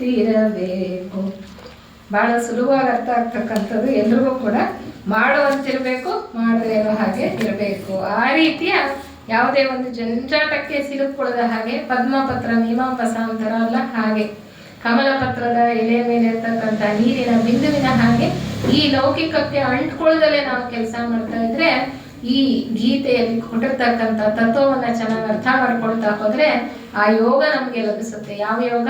ಆ ಭಗವಂತನಲ್ಲಿ ಒಂದಾಗ್ತಕ್ಕಂಥ ಯೋಗ ಲಭಿಸುತ್ತೆ ಅಂತ ಹೇಳ್ತಾ ಎಲ್ರಿಗೂ ಕೂಡ ಧನ್ಯವಾದಗಳನ್ನ ಹೇಳ್ತಾ ನನ್ನ